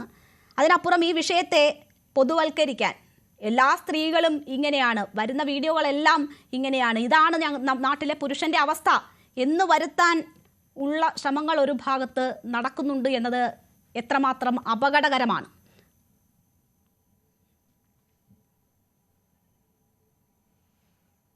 അത് വളരെ അപകടകരമായൊരു നിലപാടാണ്. കാരണം ഒരു പുരുഷൻ ആത്മഹത്യ ചെയ്തു എന്നുള്ളത് കൊണ്ട് അത് ആത്മഹത്യ ചെയ്തത് ഈ ഒരു കാര്യം കൊണ്ട് തന്നെയാണോ എന്നുള്ളതിൽ നമുക്ക് യാതൊരു ഉറപ്പും എവിടെ നിന്നും കിട്ടിയിട്ടില്ല. ഒരു സ്ഥിരീകരണവുമില്ല. എന്നാൽ പോലും അങ്ങനെയാണ് എന്ന് പറഞ്ഞുകൊണ്ട് ഇതുവരെ സ്ത്രീകൾ സഹിക്കേണ്ടി വന്ന എല്ലാ അബ്യൂസും വെറുതെയാണ്. അതൊക്കെ റദ്ദ് ചെയ്യണം.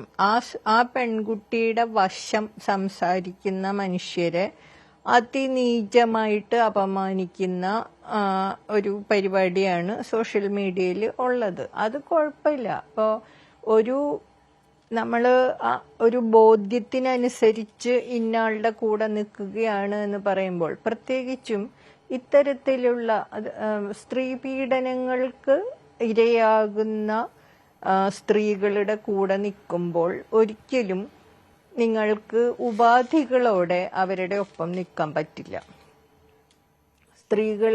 പീഡിതരായ സ്ത്രീകളുടെ ഒപ്പം നിൽക്കുന്നത് നിരുപാധികമായിരിക്കണം, നിസ്സംശയമായിരിക്കണം. നമുക്ക് അങ്ങനെയല്ല. നമുക്ക് ഈ പറഞ്ഞതുപോലെ പരാതിപ്പെടുന്ന ആൾക്കാണ് കുഴപ്പം. അല്ലാതെ പ്രശ്നമുണ്ടാക്കിയ ആൾക്കോ ആ പ്രശ്നത്തിനെ വളരാൻ അനുവദിക്കുന്ന സമൂഹത്തിനോ യാതൊരു മാറ്റവും നമ്മൾ ഉദ്ദേശിക്കുന്നില്ല. നമ്മൾ ഉദ്ദേശിക്കുന്നത് അത് പ്രശ്നമായിട്ട് തോന്നിയ ആ ആള് അങ്ങനെ ചെയ്യണമായിരുന്നു, ഇങ്ങനെ ചെയ്യണമായിരുന്നു, അയാൾ എന്ത് ചെയ്താലും കുഴപ്പമാണ്. കാരണം അയാൾക്കാണല്ലോ പ്രശ്നം. അപ്പോ ബാക്കി ആർക്കും അതിൽ യാതൊരു ഉത്തരവാദിത്വവുമില്ല. എല്ലാവരും ഇങ്ങനെ വഴിയിൽ നിന്ന് കാഴ്ചകൾ കണ്ടുകൊണ്ടിരിക്കും, അവരവർക്ക് തോന്നുന്ന അഭിപ്രായങ്ങൾ തട്ടിമുളിക്കും. ശരി, ഡോക്ടർ എൽസി ഉമ്മൻ, നോക്കൂ, ഇവിടെ ഇപ്പോൾ സംഭവിക്കാൻ പാടില്ലാത്തതാണ് സംഭവിച്ചത്. ആ തെറ്റ് ചെയ്തിട്ടുണ്ടായിരുന്നു എങ്കിൽ പോലും ആത്മഹത്യ എന്ന ഒരു ശിക്ഷ, അല്ലെങ്കിൽ ഒരു മരണം എന്ന ശിക്ഷ അനുവദിക്കുന്നില്ല. അതിന് വളരെ ചെറിയ ഒരു ശിക്ഷ ലഭിക്കേണ്ടുന്ന കുറ്റമാണ്. അപ്പോൾ അത് മരണത്തിൽ എത്തി നിൽക്കുന്നു. ആത്മഹത്യ ഒന്നിനും ഒരു പരിഹാരമല്ല. ഇനിയിപ്പോൾ അത് ചെയ്തിട്ടില്ലായിരുന്നുവെങ്കിൽ ആത്മഹത്യ ഒന്നിനും ഒരു പരിഹാരമല്ലായിരുന്നു. ആ വീഡിയോയ്ക്ക് താഴെ വരുന്ന കമൻറ്റുകൾ വായിച്ചാൽ തന്നെ അയാൾക്ക് ലഭിക്കുന്ന പിന്തുണ എന്താണ് എന്നത് മനസ്സിലാക്കാമായിരുന്നു. അപ്പോൾ ഇങ്ങനെ ഒരു ആത്മഹത്യയിലേക്ക് പോകേണ്ടുന്ന സാഹചര്യം ഉണ്ടാകുമായിരുന്നില്ല. 90% കമൻറ്റുകളും അതിനെ ആ പുരുഷനൊപ്പം നിൽക്കുന്നതായിരുന്നു. പക്ഷേ അത് സംഭവിച്ചു കഴിഞ്ഞിരിക്കുന്നു. ഇനിയിപ്പോൾ ആ പെൺകുട്ടിയുടെ കാര്യമാണ്. ഇത് സംഭവിച്ച ഒരു കാര്യമാണെങ്കിൽ വീണ്ടും വിചാരമില്ലാതെ അത് സമൂഹ മാധ്യമത്തിൽ ഇട്ടു എന്ന കുറ്റമാണ് ആ പെൺകുട്ടി ചെയ്തിരിക്കുന്നത്. ഇപ്പോൾ സമൂഹം മുഴുവൻ അതിനെ ആക്രമിച്ചുകൊണ്ടിരിക്കുകയാണ്. സമൂഹ മാധ്യമം തുറന്നാൽ തന്നെ ആ പെൺകുട്ടിയെ കുറ്റം പറയുന്നവരുടെ പോസ്റ്റുകളാണ്. അതിൽ സ്ത്രീകളുടെ ഒരുപാട് പോസ്റ്റുകൾ നമുക്ക് കാണാൻ പറ്റും. അപ്പോൾ ഇനി ഒരു ജീവൻ കൂടി ബലി കഴിക്കണമോ? ഈ വിഷയത്തിൽ ഇനിയെങ്കിലും സമൂഹ മാധ്യമങ്ങളിലുള്ള ഇടപെടൽ എങ്ങനെ വേണം? തീർച്ചയായിട്ടും ഞാനൊരു ആംഗിളിലായിരുന്നു ചിന്തിച്ചുകൊണ്ടിരുന്നത്. ഒരാള് മാനഹാനി വന്നു, ഈ ഒരു രീതിയിൽ ജീവൻ ഒടുക്കി, ഇനി അടുത്ത ആളിനെയും കൂടെ ആത്മഹത്യയുടെ വക്കിലേക്ക് തള്ളിവിടാതിരിക്കുന്നതാണ് നമ്മൾ കാണിക്കേണ്ടത് ഒരു കരണീയമായിട്ടുള്ള ഒരു മാർഗം. കാരണം ഇതൊന്നും അല്ലല്ലോ ഇതിനൊരു പരിഹാരം. പക്ഷെ ഒരു കാര്യം ഞാൻ പറഞ്ഞുതരാം, സോഷ്യൽ മീഡിയ എങ്ങനെ മോറൽ വാല്യൂസോടെ സൂക്ഷിക്കണം, അല്ലെങ്കിൽ ആ രീതിയിൽ എങ്ങനെ അത് കൈകാര്യം ചെയ്യണം എന്നുള്ളത് നമ്മുടെ ഈ തലമുറയും ഇനി വരാനുള്ള തലമുറയും പഠിച്ചെടുക്കേണ്ടത് ആവശ്യമാണ്. കാരണം എന്തെങ്കിലും ഒരു ക്രൈം വന്നാൽ അത് സോഷ്യൽ മീഡിയ നോക്കുന്ന ആളുകളല്ല അതിനെ ജഡ്ജ് ചെയ്യേണ്ടത്, അവരുടെ അടുത്തോട്ട് ഇട്ട് കൊടുക്കുകയല്ല അതിന് വേണ്ടത്. കാരണം അതിന് നമ്മുടെ നാട്ടിൽ അതിൻ്റെതായിട്ടുള്ള നീതിന്യായ വ്യവസ്ഥകളുണ്ട്. ആ രീതിയിൽ പോകുകയാണ് നമ്മൾ പരിഷ്കൃതരായിട്ടുള്ള മനുഷ്യർ ചെയ്യേണ്ടത്. അല്ലാതെ ഒരു തെറ്റ് വന്നു, ചുറ്റുവട്ടമുള്ള നാട്ടുകാരെ കൊണ്ട് വിധി എഴുതിപ്പിച്ചു, അവരെ കൊണ്ടൊരു മോറൽ പോലീസിങ് നടത്തി, ഒരു സദാചാര പോലീസിങ് നടത്തി ആ തരത്തിൽ ചെയ്യുകയല്ല വേണ്ടത്. അത് തന്നെയാണ് ഇപ്പൊ ആവർത്തിച്ചുകൊണ്ടിരിക്കുന്നത്. ഞാനൊരു ചോദിക്കട്ടെ, ഇപ്പോ ഈ ഒരു ആത്മഹത്യ നടന്നില്ലായിരുന്നെങ്കിൽ ഒരുപക്ഷെ ഈ സാമൂഹ്യ മാധ്യമത്തിൽ പങ്കെടുക്കുന്ന എല്ലാവരും തന്നെ ആ കുട്ടിയെ സപ്പോർട്ട് ചെയ്തുകൊണ്ട് ദിവസങ്ങളിൽ ചർച്ച നീണ്ടു പോയേനേമായിരുന്നു. ഇപ്പോൾ ആത്മഹത്യ നടന്നതുകൊണ്ട് കാറ്റുമാറി വീശി, അത്രേ ഉള്ളൂ. തീർച്ചയായും. ഇപ്പോൾ രാഹുൽ ഈശ്വർ കൂടി നമുക്കൊപ്പം ചേരുകയാണ്. ശ്രീ രാഹുൽ ഈശ്വർ, നോക്കൂ, ആ സംഭവത്തിന്റെ പേരിൽ ആ യുവതിയെ ഈ രീതിയിൽ ആക്രമിച്ചാൽ ഉണ്ടാകാവുന്ന പ്രത്യാഘാതം എന്ത് എന്നത് ഓർമ്മിപ്പിക്കുകയായിരുന്നു LC ഉമ്മൻ. പക്ഷേ താങ്കൾ ഉൾപ്പെടെയുള്ളവർ അതാണ് ചെയ്തുകൊണ്ടിരിക്കുന്നത്.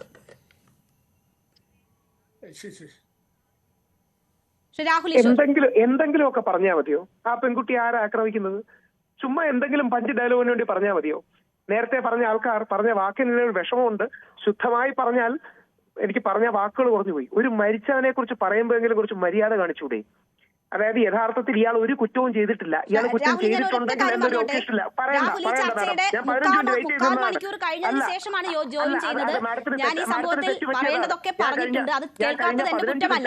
ഞാൻ കഴിഞ്ഞ 15 മിനിറ്റായിട്ട് ഇതിലുണ്ടായിരുന്നു. നിങ്ങളുടെ ടെക്നിക്കൽ ടീമിന്റെ പ്രശ്നം കാരണമാണ് കയറാൻ പറ്റാത്തത്. അപ്പൊ അതുകൊണ്ട് ഇനി ഞാൻ പറയട്ടെ, യഥാർത്ഥത്തിൽ ശുദ്ധമായ പറയുന്നില്ല. അപ്പം ഇനി പോട്ടെ, ഞാൻ പോസിറ്റീവ് പറയാം. ഒന്ന്, അത്യാവശ്യമായി അടിയന്തരമായി ദീപകിന് സഹായം എത്തിക്കണം. ദീപകിന് ഇപ്പോ മലബാർ ഗോൾഡിലെ ഫൈസലിനോട് പറഞ്ഞു 1 ലക്ഷം രൂപ ഞങ്ങൾ സഹായമായിട്ട് എത്തിച്ചിട്ടുണ്ട്. കൂടുതൽ സഹായം തീർച്ചയായിട്ടും ഞങ്ങളുടെ ഭാഗത്തു നിന്ന് എത്തിക്കും. ഈ പെൺകുട്ടിയെ തീർച്ചയായും അറസ്റ്റ് ചെയ്യണം. ആ അറസ്റ്റിലേക്ക് പോയാൽ മാത്രമേ അതിന് നീതി ഉണ്ടാവും. ആ പെൺകുട്ടിയോട് പ്രതികാരം ചോദിക്കുകയല്ല, പക്ഷെ നീതി വേണം എന്നുള്ളതാണ് പോയിന്റ്. ആ നീതി അതിശക്തമായി തന്നെ ആ പെൺകുട്ടിക്ക് വേണം. അതിൽ 2 പക്ഷങ്ങളില്ല. ആ പയ്യനെ ഇപ്പോഴും വിക്ടിം ബ്ലെയിം ചെയ്യാനാണ് പല ആൾക്കാരും ശ്രമിക്കുന്നത്. അത് എത്രമാത്രം മോശമാണ് എന്ന് നിങ്ങളൊന്ന് ആലോചിച്ചാൽ മതി. ആ വിക്ടിം ബ്ലെയിമിംഗ് ആണ് ഇപ്പോൾ നടക്കുന്നത്. ആ പയ്യന്റെ ഭാഗത്തുനിന്ന് ഒരു തെറ്റും ഉണ്ടായിട്ടില്ല. തെറ്റും ഉണ്ടായിട്ടുണ്ടെങ്കിൽ എന്നൊന്നും ആരും പറയണ്ട. ഒരു തെറ്റും ഉണ്ടായിട്ടില്ല. അത് വീഡിയോ കാണുന്ന ആർക്കും മനസ്സിലാവും. രാഹുൽ, അതിൽ 2 തരത്തിലും അത് വ്യാഖ്യാനിക്കാം. നമുക്ക് അതിന്റെ വസ്തുത അറിയില്ല. 2 തരത്തിലും വ്യാഖ്യാനിക്കാവുന്ന വീഡിയോ ആണ്. അതിന്റെ വസ്തുത നമുക്കറിയില്ല. പക്ഷേ ഒരു പെണ്ണ് മരിക്കുമ്പോ ഇങ്ങനെ വ്യാഖ്യാനിച്ചിരുന്നെങ്കിലോ? ഞാനൊരു പെണ്ണ് മരിക്കുമ്പോ ഇങ്ങനെ വേറെ തരത്തിൽ വ്യാഖ്യാനിച്ചിരുന്നെങ്കിലോ നിങ്ങൾ എനിക്കെതിരെ കേസെടുക്കണമെന്ന് പറയില്ലേ? ഏത് പെണ്ണ് ഇതുപോലെ മരിച്ചിരുന്നെങ്കിൽ തീർച്ചയായിട്ടും പെണ്ണ് മരിക്കുന്ന സംഭവം ഏത് സാഹചര്യത്തിലാണ്, എങ്ങനെയാണ് എന്നത് കണ്ടിട്ടല്ലേ നമുക്ക് പ്രതികരിക്കാൻ പറ്റുകയുള്ളൂ. രാഹുൽ ഈശ്വർ, നോക്കൂ, ഇവിടെ ഇപ്പോ ആ വീഡിയോ കണ്ടിട്ട് നമുക്കൊരു ജഡ്ജ്മെന്റിൽ എത്താൻ പറ്റില്ല. പക്ഷേ സംഭവിക്കാൻ പാടില്ലാത്തത് സംഭവിച്ചു. അത് റീച്ച് കൂട്ടാനാണ് ചെയ്തതെങ്കിൽ ആ കുട്ടിക്ക് അതിന് തക്കതായ ശിക്ഷ കിട്ടണമെന്ന കാര്യത്തിൽ എനിക്കൊരു സംശയവുമില്ല. അതാണ് ഞാൻ പറഞ്ഞത്. ഈ ചർച്ച ഇതുവരെ കാണാത്തതുകൊണ്ടും ഞങ്ങൾക്കൊപ്പം ഇല്ലാത്തതുകൊണ്ടും രാഹുലിന് അത് മനസ്സിലാകാത്തതായിരിക്കും. ഞാൻ പറയുന്നത്, ഇനി മെൻസ് അസോസിയേഷൻ ഇതിന്റെ ആ ലക്ഷ്യം വെച്ച് നടക്കുന്ന നിങ്ങൾ ഈ വിഷയത്തിൽ ഇടപെടുന്നതിനെ കുറിച്ച് ഞാൻ ആദ്യഘട്ടത്തിൽ ജോയ് അറക്കലിനോട് ചോദിച്ചു. അതാണ് ആ പ്രാഥമികമായിട്ടുള്ള ചോദ്യം താങ്കളോട് വരാതിരുന്നത്. അതിനപ്പുറം നടക്കുന്ന ആക്രമണങ്ങൾ എന്ന് പറയുന്നത് ഒരു ജീവൻ കൂടി നഷ്ടപ്പെടുത്തും. അപ്പോൾ അതുണ്ടാകാതിരിക്കാനുള്ള ജാഗ്രത താങ്കൾ ഉൾപ്പെടെയുള്ളവർക്കില്ല എന്നതായിരുന്നു എന്റെ ചോദ്യം. ഒരു സൈബർ ആക്രമണവും നടക്കുന്നതിനോട് യോജിപ്പില്ല. അതിനെ തള്ളിപ്പറയാൻ ഞങ്ങൾ തയ്യാറാണ്. പ്രതികാരമല്ല നീതിയാണ് വേണ്ടത്, നിയമ നടപടികളാണ് വേണ്ടത്. മുഖ്യമന്ത്രി അടക്കമുള്ളവർ ഇതിൽ പ്രതികരിക്കണം. ഒരു സ്ത്രീ മരിക്കുകയായിരുന്നെങ്കിൽ മുഖ്യമന്ത്രി പ്രതികരിക്കുമായിരുന്നല്ലോ. Love you to the moon and back എന്നൊന്നും എഴുതി പ്രോത്സാഹിപ്പിക്കണ്ട. ദീപകിന്റെ മരണത്തിൽ ഒരു അനുശോചന. രാഹുലെ, ഒരു സംഭവം നടന്നാൽ അതിൽ എന്താണ് സംഭവിച്ചതെന്നൊരു ബോധ്യമില്ലാതെ എടുത്തു ചാടി പ്രതികരിക്കുന്ന ഒരു വ്യക്തിയാവണമോ മുഖ്യമന്ത്രി? എനിക്ക് പോലും നോക്കൂ, ഈ വിഷയത്തെ കുറിച്ച് സംസാരിക്കുമ്പോൾ വലിയ ജാഗ്രത വേണ്ടി വരുന്നു. കാരണം അവിടെ എന്താണ് സംഭവിച്ചതെന്ന് എനിക്കറിയില്ല. അത് അറിയാവുന്ന ഒരു വ്യക്തി ആ മനുഷ്യനായിരുന്നു, മറ്റൊന്ന് ആ പെൺകുട്ടിയാണ്. ഇവർ രണ്ടുപേരും നമ്മളോട് സംസാരിക്കുന്നില്ല, അതുകൊണ്ട് തന്നെ അറിയില്ല. നമുക്ക് രാഹുൽ, ഈ പോലീസ് അറസ്റ്റ് ചെയ്യുന്ന വ്യക്തികളെ വരെ ജഡ്ജ്മെന്റ് വരട്ടെ, അതിനുശേഷം കുറ്റക്കാരെന്ന് പറയാമെന്ന് പറയുന്ന രാഹുൽ എങ്ങനെയാണ് ഈ പെൺകുട്ടിയുടെ കാര്യത്തിൽ ഇങ്ങനെ ഒരു നിലപാടിലേക്ക് എത്തുന്നതെന്ന് എനിക്കറിയില്ല. ഞാൻ അതൊക്കെ ചെയ്തു കഴിഞ്ഞാണ് രാഹുൽ ഈ ചർച്ച തുടങ്ങിയത്. ആത്മഹത്യ ഒന്നിനും ഒരു പരിഹാരമല്ല, ആത്മഹത്യ ഒന്നിനും ഒരു പരിഹാരമല്ല. ഇല്ല, ഞാൻ അതൊക്കെ പറഞ്ഞു കഴിഞ്ഞു രാഹുൽ. ഞാനൊരു കാര്യം ചോദിക്കട്ടെ രാഹുൽ, ഞാനൊരു കാര്യം ചോദിക്കട്ടെ. സവാദിനെ അറിയുമോ രാഹുലിന്? സവാദിനെ അറിയുമോ രാഹുലിന്? രാഹുലിന് സവാദിനെ അറിയുമോ? രാഹുലിന് സവാദിനെ അറിയുമോ? രാഹുലിന് സവാദിനെ അറിയുമോ? അല്ലല്ല, ഞാനൊന്ന് ചോദിക്കട്ടെ രാഹുൽ, രാഹുലിന് സവാദിനെ അറിയുമോ? രാഹുലിന് സവാദിനെ അറിയാമോ? രാഹുലിന് സവാദിനെ അറിയാമോ? 2023 ഉണ്ടായ സംഭവം ഓർമ്മയുണ്ടോ? ഉമ്മൻചാണ്ടി, ദിലീപ്, നിവിൻ പോളി, അതൊക്കെ ഇതൊന്നും മനുഷ്യർക്ക് അറിയാത്ത ആളുകളല്ല. രാഹുൽ ഈശ്വറിന് സവാദിനെ അറിയാമോ? 2023 ബസ്സിൽ ഒരു പെൺകുട്ടിയെ ഉപദ്രവിച്ച സവാദിനെ അറിയാമോ? നിങ്ങൾ മാലയിട്ട് സ്വീകരിച്ച സവാദിനെ അറിയാമോ? മാലയിട്ട് സ്വീകരിച്ച സവാദിനെ അറിയാമോ? രാഹുലിന് സവാദിനെ അറിയാമോ ഇല്ലയോ? Rahul yes or no question അല്ലേ? എസ് ഓർ നോ ക്വസ്റ്റ്യൻ അല്ലേ? ഞാനൊരു ചോദ്യം ചോദിച്ചു. എനിക്കൊരു രാഹുലിന്റെ ഒന്നും വെല്ലുവിളി ഏറ്റെടുക്കാനുള്ള ആളല്ല ഞാൻ, അതിനുള്ള ആളല്ല ഞാൻ, അത്രയും ഒന്നും അല്ല ഞാൻ. ഞാനൊരു പാവം സ്ത്രീയാണ്. രാഹുലിന്റെ വെല്ലുവിളി ഒന്നും ഏറ്റെടുക്കാൻ ഞാൻ ആയിട്ടില്ല. രാഹുൽ സവാദിനെ അറിയുമോ? രാഹുലിന് സവാദിനെ അറിയുമോ? രാഹുൽ, ഞാൻ രാഹുലിന്റെ വെല്ലുവിളി ഏറ്റെടുക്കുന്ന ആളല്ല, അതിനുവേണ്ടി ഒന്നും ഞാനില്ല. എനിക്കത് അറിയാം, ബോധ്യമുണ്ട്. ഞാൻ ചോദിക്കുന്ന ഒരൊറ്റ കാര്യം, രാഹുലിന് സവാദിനെ അറിയാമോ? 2023 ബസ്സിൽ ഒരു പെൺകുട്ടി ആക്രമിച്ച സവാദിനെ അറിയാമോ? ആ പെൺകുട്ടി വീഡിയോ എടുത്തില്ല, ആ പെൺകുട്ടി വീട്ടിൽ പോയി പോസ്റ്റ് ചെയ്തില്ല. ആ പെൺകുട്ടി ആ ബസ്സിലുള്ളവരെ കൊണ്ട് അതിനെതിരെ പ്രതികരിച്ചിട്ട് എന്ത് ചെയ്തു നിങ്ങൾ? ആ പെൺകുട്ടിയുടെ സമൂഹ മാധ്യമത്തിൽ പോയി ആ പെൺകുട്ടിയുടെ വസ്ത്രത്തിന്റെ അളവെടുത്തിട്ട് ഇവൾ ഇത്തരക്കാരിയാണെന്ന് പ്രചരിപ്പിച്ചു. ഇല്ലേ? ഇത്തരക്കാരിയാണ് ഇവൾ, ഇവളെ ഉപദ്രവിച്ചില്ലേ പ്രശ്നമുള്ളൂ എന്ന് പറഞ്ഞു. ആ സവാദ് പിന്നെ 2025 എന്ത് ചെയ്തു എന്ന് അറിയുമോ രാഹുലിന്? സവാദിന്റെ വിഷയത്തിൽ ഞാൻ ഇടപെട്ടോ? കള്ളം പറയരുത്. രാഹുൽ ഇടപെട്ടില്ലേ? നിങ്ങൾ ഈ പറയുന്ന ആളുകൾ പോയി മാലയിട്ട് സ്വീകരിച്ചില്ലേ? രാഹുലിന്റെ ആ വിഷയത്തിലെ നിലപാടെന്താ? രാഹുലിന് അപ്പൊ സവാദിനെ അറിയാം. ഞാൻ സവാദിന്റെ വിഷയത്തിൽ ഇടപെട്ടോ? സത്യം പറയൂ. രാഹുൽ ഇടപെട്ടില്ലേ? ഞാൻ ഇടപെട്ടില്ല. ഞാൻ ഇടപെട്ടു എന്ന് കാണിച്ചാൽ നാളെ പരസ്യമായി വന്ന് പറയാം. ആഹാ, രാഹുൽ ഇടപെട്ടില്ല. സവാദിന്റെ വിഷയത്തിൽ ഇടപെട്ടു എന്ന് എവിടെന്നെങ്കിലും കാണിച്ചാൽ ഞാൻ പരസ്യമായി വന്ന് പറയാം. രാഹുൽ ഇടപെട്ടിട്ടില്ല വിഷയത്തിൽ. വെറുതെ പഞ്ച് ഡയലോഗിന് വേണ്ടി കള്ളം പറയരുത്. പഞ്ച് ഡയലോഗോ? എന്ത് പഞ്ച് ഡയലോഗ് ഇതിൽ? എന്ത് പഞ്ച് ഡയലോഗ് ഇതിൽ? രാഹുലിന് സവാദിനെ അറിയുമോ? രാഹുലിന് സവാദിനെ അറിയുമോ എന്ന് ചോദിച്ചിട്ട് രാഹുൽ പറഞ്ഞില്ല. ആ വിഷയം അറിയാമല്ലോ രാഹുലിന്, ആ വിഷയം അറിയാമല്ലോ. രാഹുലിന് ആ വിഷയം അറിയാമല്ലോ. രാഹുൽ ഇനി ഇടപെട്ടിട്ടില്ല എങ്കിൽ രാഹുലിന് ആ വിഷയം അറിയാലോ. മാഡം ശ്രദ്ധിക്കൂ, സവാദിന്റെ വിഷയത്തിൽ ഞാൻ ചോദിച്ച ചോദ്യത്തിനൊന്നും രാഹുൽ ഉത്തരം പറഞ്ഞിട്ടില്ല. ശ്രദ്ധിക്കൂ, ആ മസ്താനി എന്ന് പറയുന്ന പെൺകുട്ടിയെ വിളിച്ച് ഞാൻ ഖേദപ്രകടനം വരെ നടത്തി. ആദ്യവട്ടം മസ്താനിക്ക് വേണ്ട രീതിയിൽ പിന്തുണ കൊടുക്കാൻ പറ്റും. നല്ല കാര്യം രാഹുൽ പറയുന്നത് കേൾക്കൂ. മാഡം പറയുന്നത് കേൾക്കൂ. ഒരുപാടായി മാഡം ചോദ്യം. പറയുന്നത് കേൾക്കൂ. തിരിച്ച് ഉമ്മൻചാണ്ടി, ദിലീപ്, നിവിൻ പോളി, ഉമർ ലുലു, സിദ്ദിഖ്, ഇടവേള ബാബു, വിജയബാബു, എന്നാലേ രാഹുലെ ഇതുപോലെ എണ്ണി പറയാത്ത ഈ കേരളത്തിലെ ഏതാണ്ട് 80% പെണ്ണുങ്ങളുടെയും പേര് ഞാൻ അങ്ങോട്ട് പറഞ്ഞു വെച്ചോ. ബസ്സുകളിൽ ഇതുപോലെ ആക്രമിക്കപ്പെടുന്ന, പൊതുനിരത്തിൽ ആക്രമിക്കപ്പെടുന്ന, പൊതുസമൂഹത്തിൽ ആക്രമിക്കപ്പെടുന്ന, ഇതുപോലെയുള്ള പൊതുഗതാഗത സംവിധാനത്തിൽ ആക്രമിക്കപ്പെടുന്ന കേരളത്തിലെ 80% സ്ത്രീകളുടെ പേര് ഞാൻ അങ്ങോട്ട് പറഞ്ഞിരിക്കുന്നു. എനിക്കത് എണ്ണി പറയാൻ പറ്റില്ല. താങ്കൾ ഇപ്പൊ വിരലിലെണ്ണാവുന്ന കാര്യങ്ങളല്ലേ ഇങ്ങോട്ട് പറഞ്ഞത്. കേരളത്തിലെ 80% വരുന്ന സ്ത്രീകളുടെ പേരങ്ങൾ തന്നേക്കാം. ഇതുപോലെ ആക്രമിക്കപ്പെട്ട വിളിക്കപ്പെടുന്നവരെ എന്താ അതിന് വല്ല പ്രിവിലേജ് ഉണ്ടോ ഇവിടുത്തെ പുരുഷന്മാർക്ക്? നിങ്ങൾ കണക്കെടുത്തോ? ഇത് ഞാൻ വെല്ലുവിളിക്കുന്നു. ഇങ്ങനെ സംഭവിച്ചിട്ടില്ല എന്ന് താങ്കൾ തെളിയിക്കുന്ന താങ്കൾ തെളിയിക്ക്. ജീവിതത്തിൽ ഒരു ദിവസം ഇതുപോലെയുള്ള തോണ്ടലും പിച്ചലും ഏൽക്കാതെ പോയ അത്രയും നന്ന്. ഇതുപോലെ തോണ്ടലും പിച്ചലും ഏൽക്കാതെ പോയ അത്രയും നന്ന്. അങ്ങനെയാണ് ഇവിടുത്തെ സ്ത്രീകളുടെ അവസ്ഥ. ഇല്ല എന്ന് നിങ്ങൾ തെളിയിക്കുന്നത്. എനിക്കൊരു സംശയമില്ല കാര്യത്തിൽ. എനിക്കൊരു സംശയമില്ല കാര്യത്തിൽ. ഞാൻ തിരിച്ചൊരു കണക്ക് പറയാം. 53% ഇന്ത്യയിലെ പീഡന പരാതികൾ വ്യാജ പീഡന പരാതിയാണ്. കോട്ട് ചെയ്യുന്ന റിപ്പോർട്ടുണ്ട്, BBC കോട്ട് ചെയ്യുന്ന റിപ്പോർട്ടുണ്ട്. ഞാൻ സോഴ്സ് പറഞ്ഞാണ് പറയുന്നത്, കയ്യിൽ നിന്ന് പറയല്ല. 53%, കൃത്യം പറഞ്ഞാൽ 53% ഇന്ത്യയിലെ പരാതികൾ വ്യാജ പീഡന പരാതികളാണെന്ന് BBC കോട്ട് ചെയ്യുന്ന റിപ്പോർട്ടുണ്ട്. ഞാൻ സോഴ്സ് പറഞ്ഞാൽ നമ്മൾ പരസ്പരം ആണും പെണ്ണും പോരടിക്കാനല്ല, നീതി കിട്ടാൻ വേണ്ടിയാണ് നമ്മൾ ഫൈറ്റ് ചെയ്യേണ്ടത്. അത് ഏത് പെൺകുട്ടിക്കും നീതി കിട്ടാൻ വേണ്ടിയാണ്. അതിലൊക്കെ ഒപ്പമാണ് രാഹുൽ. അതിലൊക്കെ ഒരു പ്രശ്നവുമില്ല. തെറ്റ് ചെയ്തിട്ടുണ്ടെങ്കിൽ ഈ പെൺകുട്ടി ആയാലും ശിക്ഷിക്കപ്പെടണം. ഗ്രീഷ്മ തെറ്റ് ചെയ്തു, ശിക്ഷിക്കപ്പെട്ടില്ലേ? ആരെങ്കിലും ഗ്രീഷ്മയ്ക്ക് പിന്തുണ നൽകിയോ? ഇവിടെ ജോളി തെറ്റ് ചെയ്തു, ജോളിക്ക് ആരെങ്കിലും പിന്തുണ കൊടുത്തോ? സ്ത്രീകളിൽ ക്രിമിനലുകൾ ഉണ്ടെങ്കിൽ അവർ തെറ്റ് ചെയ്തിട്ടുണ്ടെങ്കിൽ അവർ ശിക്ഷിക്കപ്പെടട്ടെ, അതിനൊന്നും ഒരു പ്രശ്നമില്ല. പക്ഷേ ക്രിമിനലുകളായ പുരുഷന്മാരെ ന്യായീകരിക്കാൻ ആ സംഭവങ്ങളും എടുത്തുകൊണ്ട് വരരുത് എന്നുള്ളതേ ഉള്ളൂ രാഹുൽ. അങ്ങനെ എടുത്തുകൊണ്ട് വരരുത്. അത് നിങ്ങളുടെ ലക്ഷ്യത്തെ പോലും ഇല്ലാതാക്കും. അത് നിങ്ങളുടെ ലക്ഷ്യത്തെ പോലും ഇല്ലാതാക്കും. KR മീര പിന്തുണ കൊടുത്തു, അതൊരു സത്യമാണ്. KR മീര പിന്തുണ കൊടുത്തു എന്ന് മാത്രമല്ല, കൊല്ലുന്നതിനെ ന്യായീകരിച്ചു. രാഹുൽ ഈശ്വർ അങ്ങനെ ചെയ്തിട്ടില്ല. ഒരു പുരുഷാവകാശ പ്രവർത്തനം അങ്ങനെ ചെയ്തിട്ടില്ല. പാവം ആ ഗ്രീഷ്മ അല്ലെങ്കിൽ പാവം ഷാരനെ ഗ്രീഷ്മ കൊന്നപ്പോ ആ കൊല്ലുന്നതിനെ ന്യായീകരിച്ച് ഇനിയും ചിലപ്പം കഷായം കലക്കി കൊടുക്കേണ്ടി വരും. അതൊക്കെ രാഹുൽ ഈശ്വറിന് ഈ അതിജീവിതമാരെ അധിക്ഷേപിക്കാം, അവരെ ഉപദ്രവിക്കുന്ന പുരുഷന്മാർക്ക് വേണ്ടി വാദിക്കാമെങ്കിൽ ചില സ്ത്രീകൾ അങ്ങനെ ചിന്തിക്കുന്നവരുണ്ടാകും. അവരവരുടെ ന്യായം പറയും, അതിലൊന്നും കുറ്റം പറയാൻ പറ്റത്തില്ല. അവരുടെ അഭിപ്രായം പറയാൻ അവർക്ക് അവകാശമുണ്ട്. രാഹുൽ ഈശ്വർ പറയുന്നത് പോലെ തന്നെ അത് അതിര് കടക്കുമ്പോൾ നമ്മുടെ നിയമ സംവിധാനങ്ങൾ ഇടപെടും, പിടിച്ച് ജയിലിലിടും. അത്രയേ ഉള്ളൂ. പറയാനുള്ള അഭിപ്രായം പറയാനുള്ള സ്വാതന്ത്ര്യം അവർക്കുണ്ട്. രാഹുലിന് അതിജീവിതന്മാർക്ക് വേണ്ടി അതിജീവിതൻ എന്ന് പറഞ്ഞ് വാദിക്കാമെങ്കിൽ അവർക്ക് അഭിപ്രായവും പറയാം. രാഹുൽ, ഈ വിഷയത്തിൽ ഇതിനെ സാമാന്യവൽക്കരിക്കാതെ, ആ പെൺകുട്ടിയുടെ ഭാഗത്തിൽ കുറ്റമുണ്ടെങ്കിൽ ആ പെൺകുട്ടിക്ക് ശിക്ഷ വേണം. അതിനപ്പുറം ഇതിനെ സാമാന്യവൽക്കരിക്കാതിരിക്കാൻ, അതിന്റെ ലൂപ്പിലൂടെ മറ്റുള്ളവരെ രക്ഷിച്ചെടുക്കാതിരിക്കാനുള്ള ഒരു ശ്രമം ഉണ്ടാകുമോ രാഹുൽ? ആര് സാമാന്യവൽക്കരിക്കുന്നു? യഥാർത്ഥത്തിൽ നമ്മൾ ഡേറ്റ വെച്ചാണ് പറയുന്നത്. 53% വ്യാജ പരാതികളാണ്. ശരി. ആ കണക്കിന്റെ കാര്യം, കോടതികളിൽ എത്തുന്ന കേസിന്റെ ഒക്കെ അവസ്ഥ താങ്കൾ തന്നെ വാദിക്കുന്ന കേസിൽ എന്ത് സംഭവിച്ചു എന്ന് അറിയാമല്ലോ. അതുകൊണ്ട് നമുക്ക് ഇനി പോകാൻ സമയമില്ലാത്തതുകൊണ്ടാണ് 8 മണിയായി രാഹുൽ. താങ്കൾ വളരെ ലേറ്റായാണ് ജോയിൻ ചെയ്തതെന്ന് എനിക്കറിയാം. നമ്മുടെ സമയം പൂർണ്ണമായും അവസാനിക്കുന്നത് കൊണ്ടാണ് ഞാൻ ഇടപെടുന്നത്. ക്ഷമിക്കുക.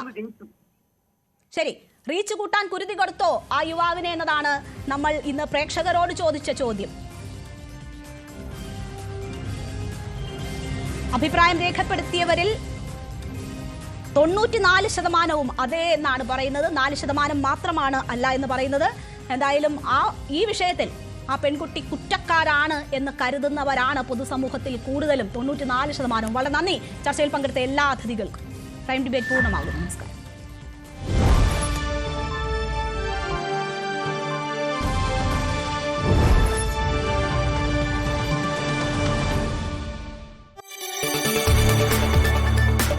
കൂടുതൽ വാർത്തകൾക്ക് News 18 Keralam YouTube channel subscribe ചെയ്യുക.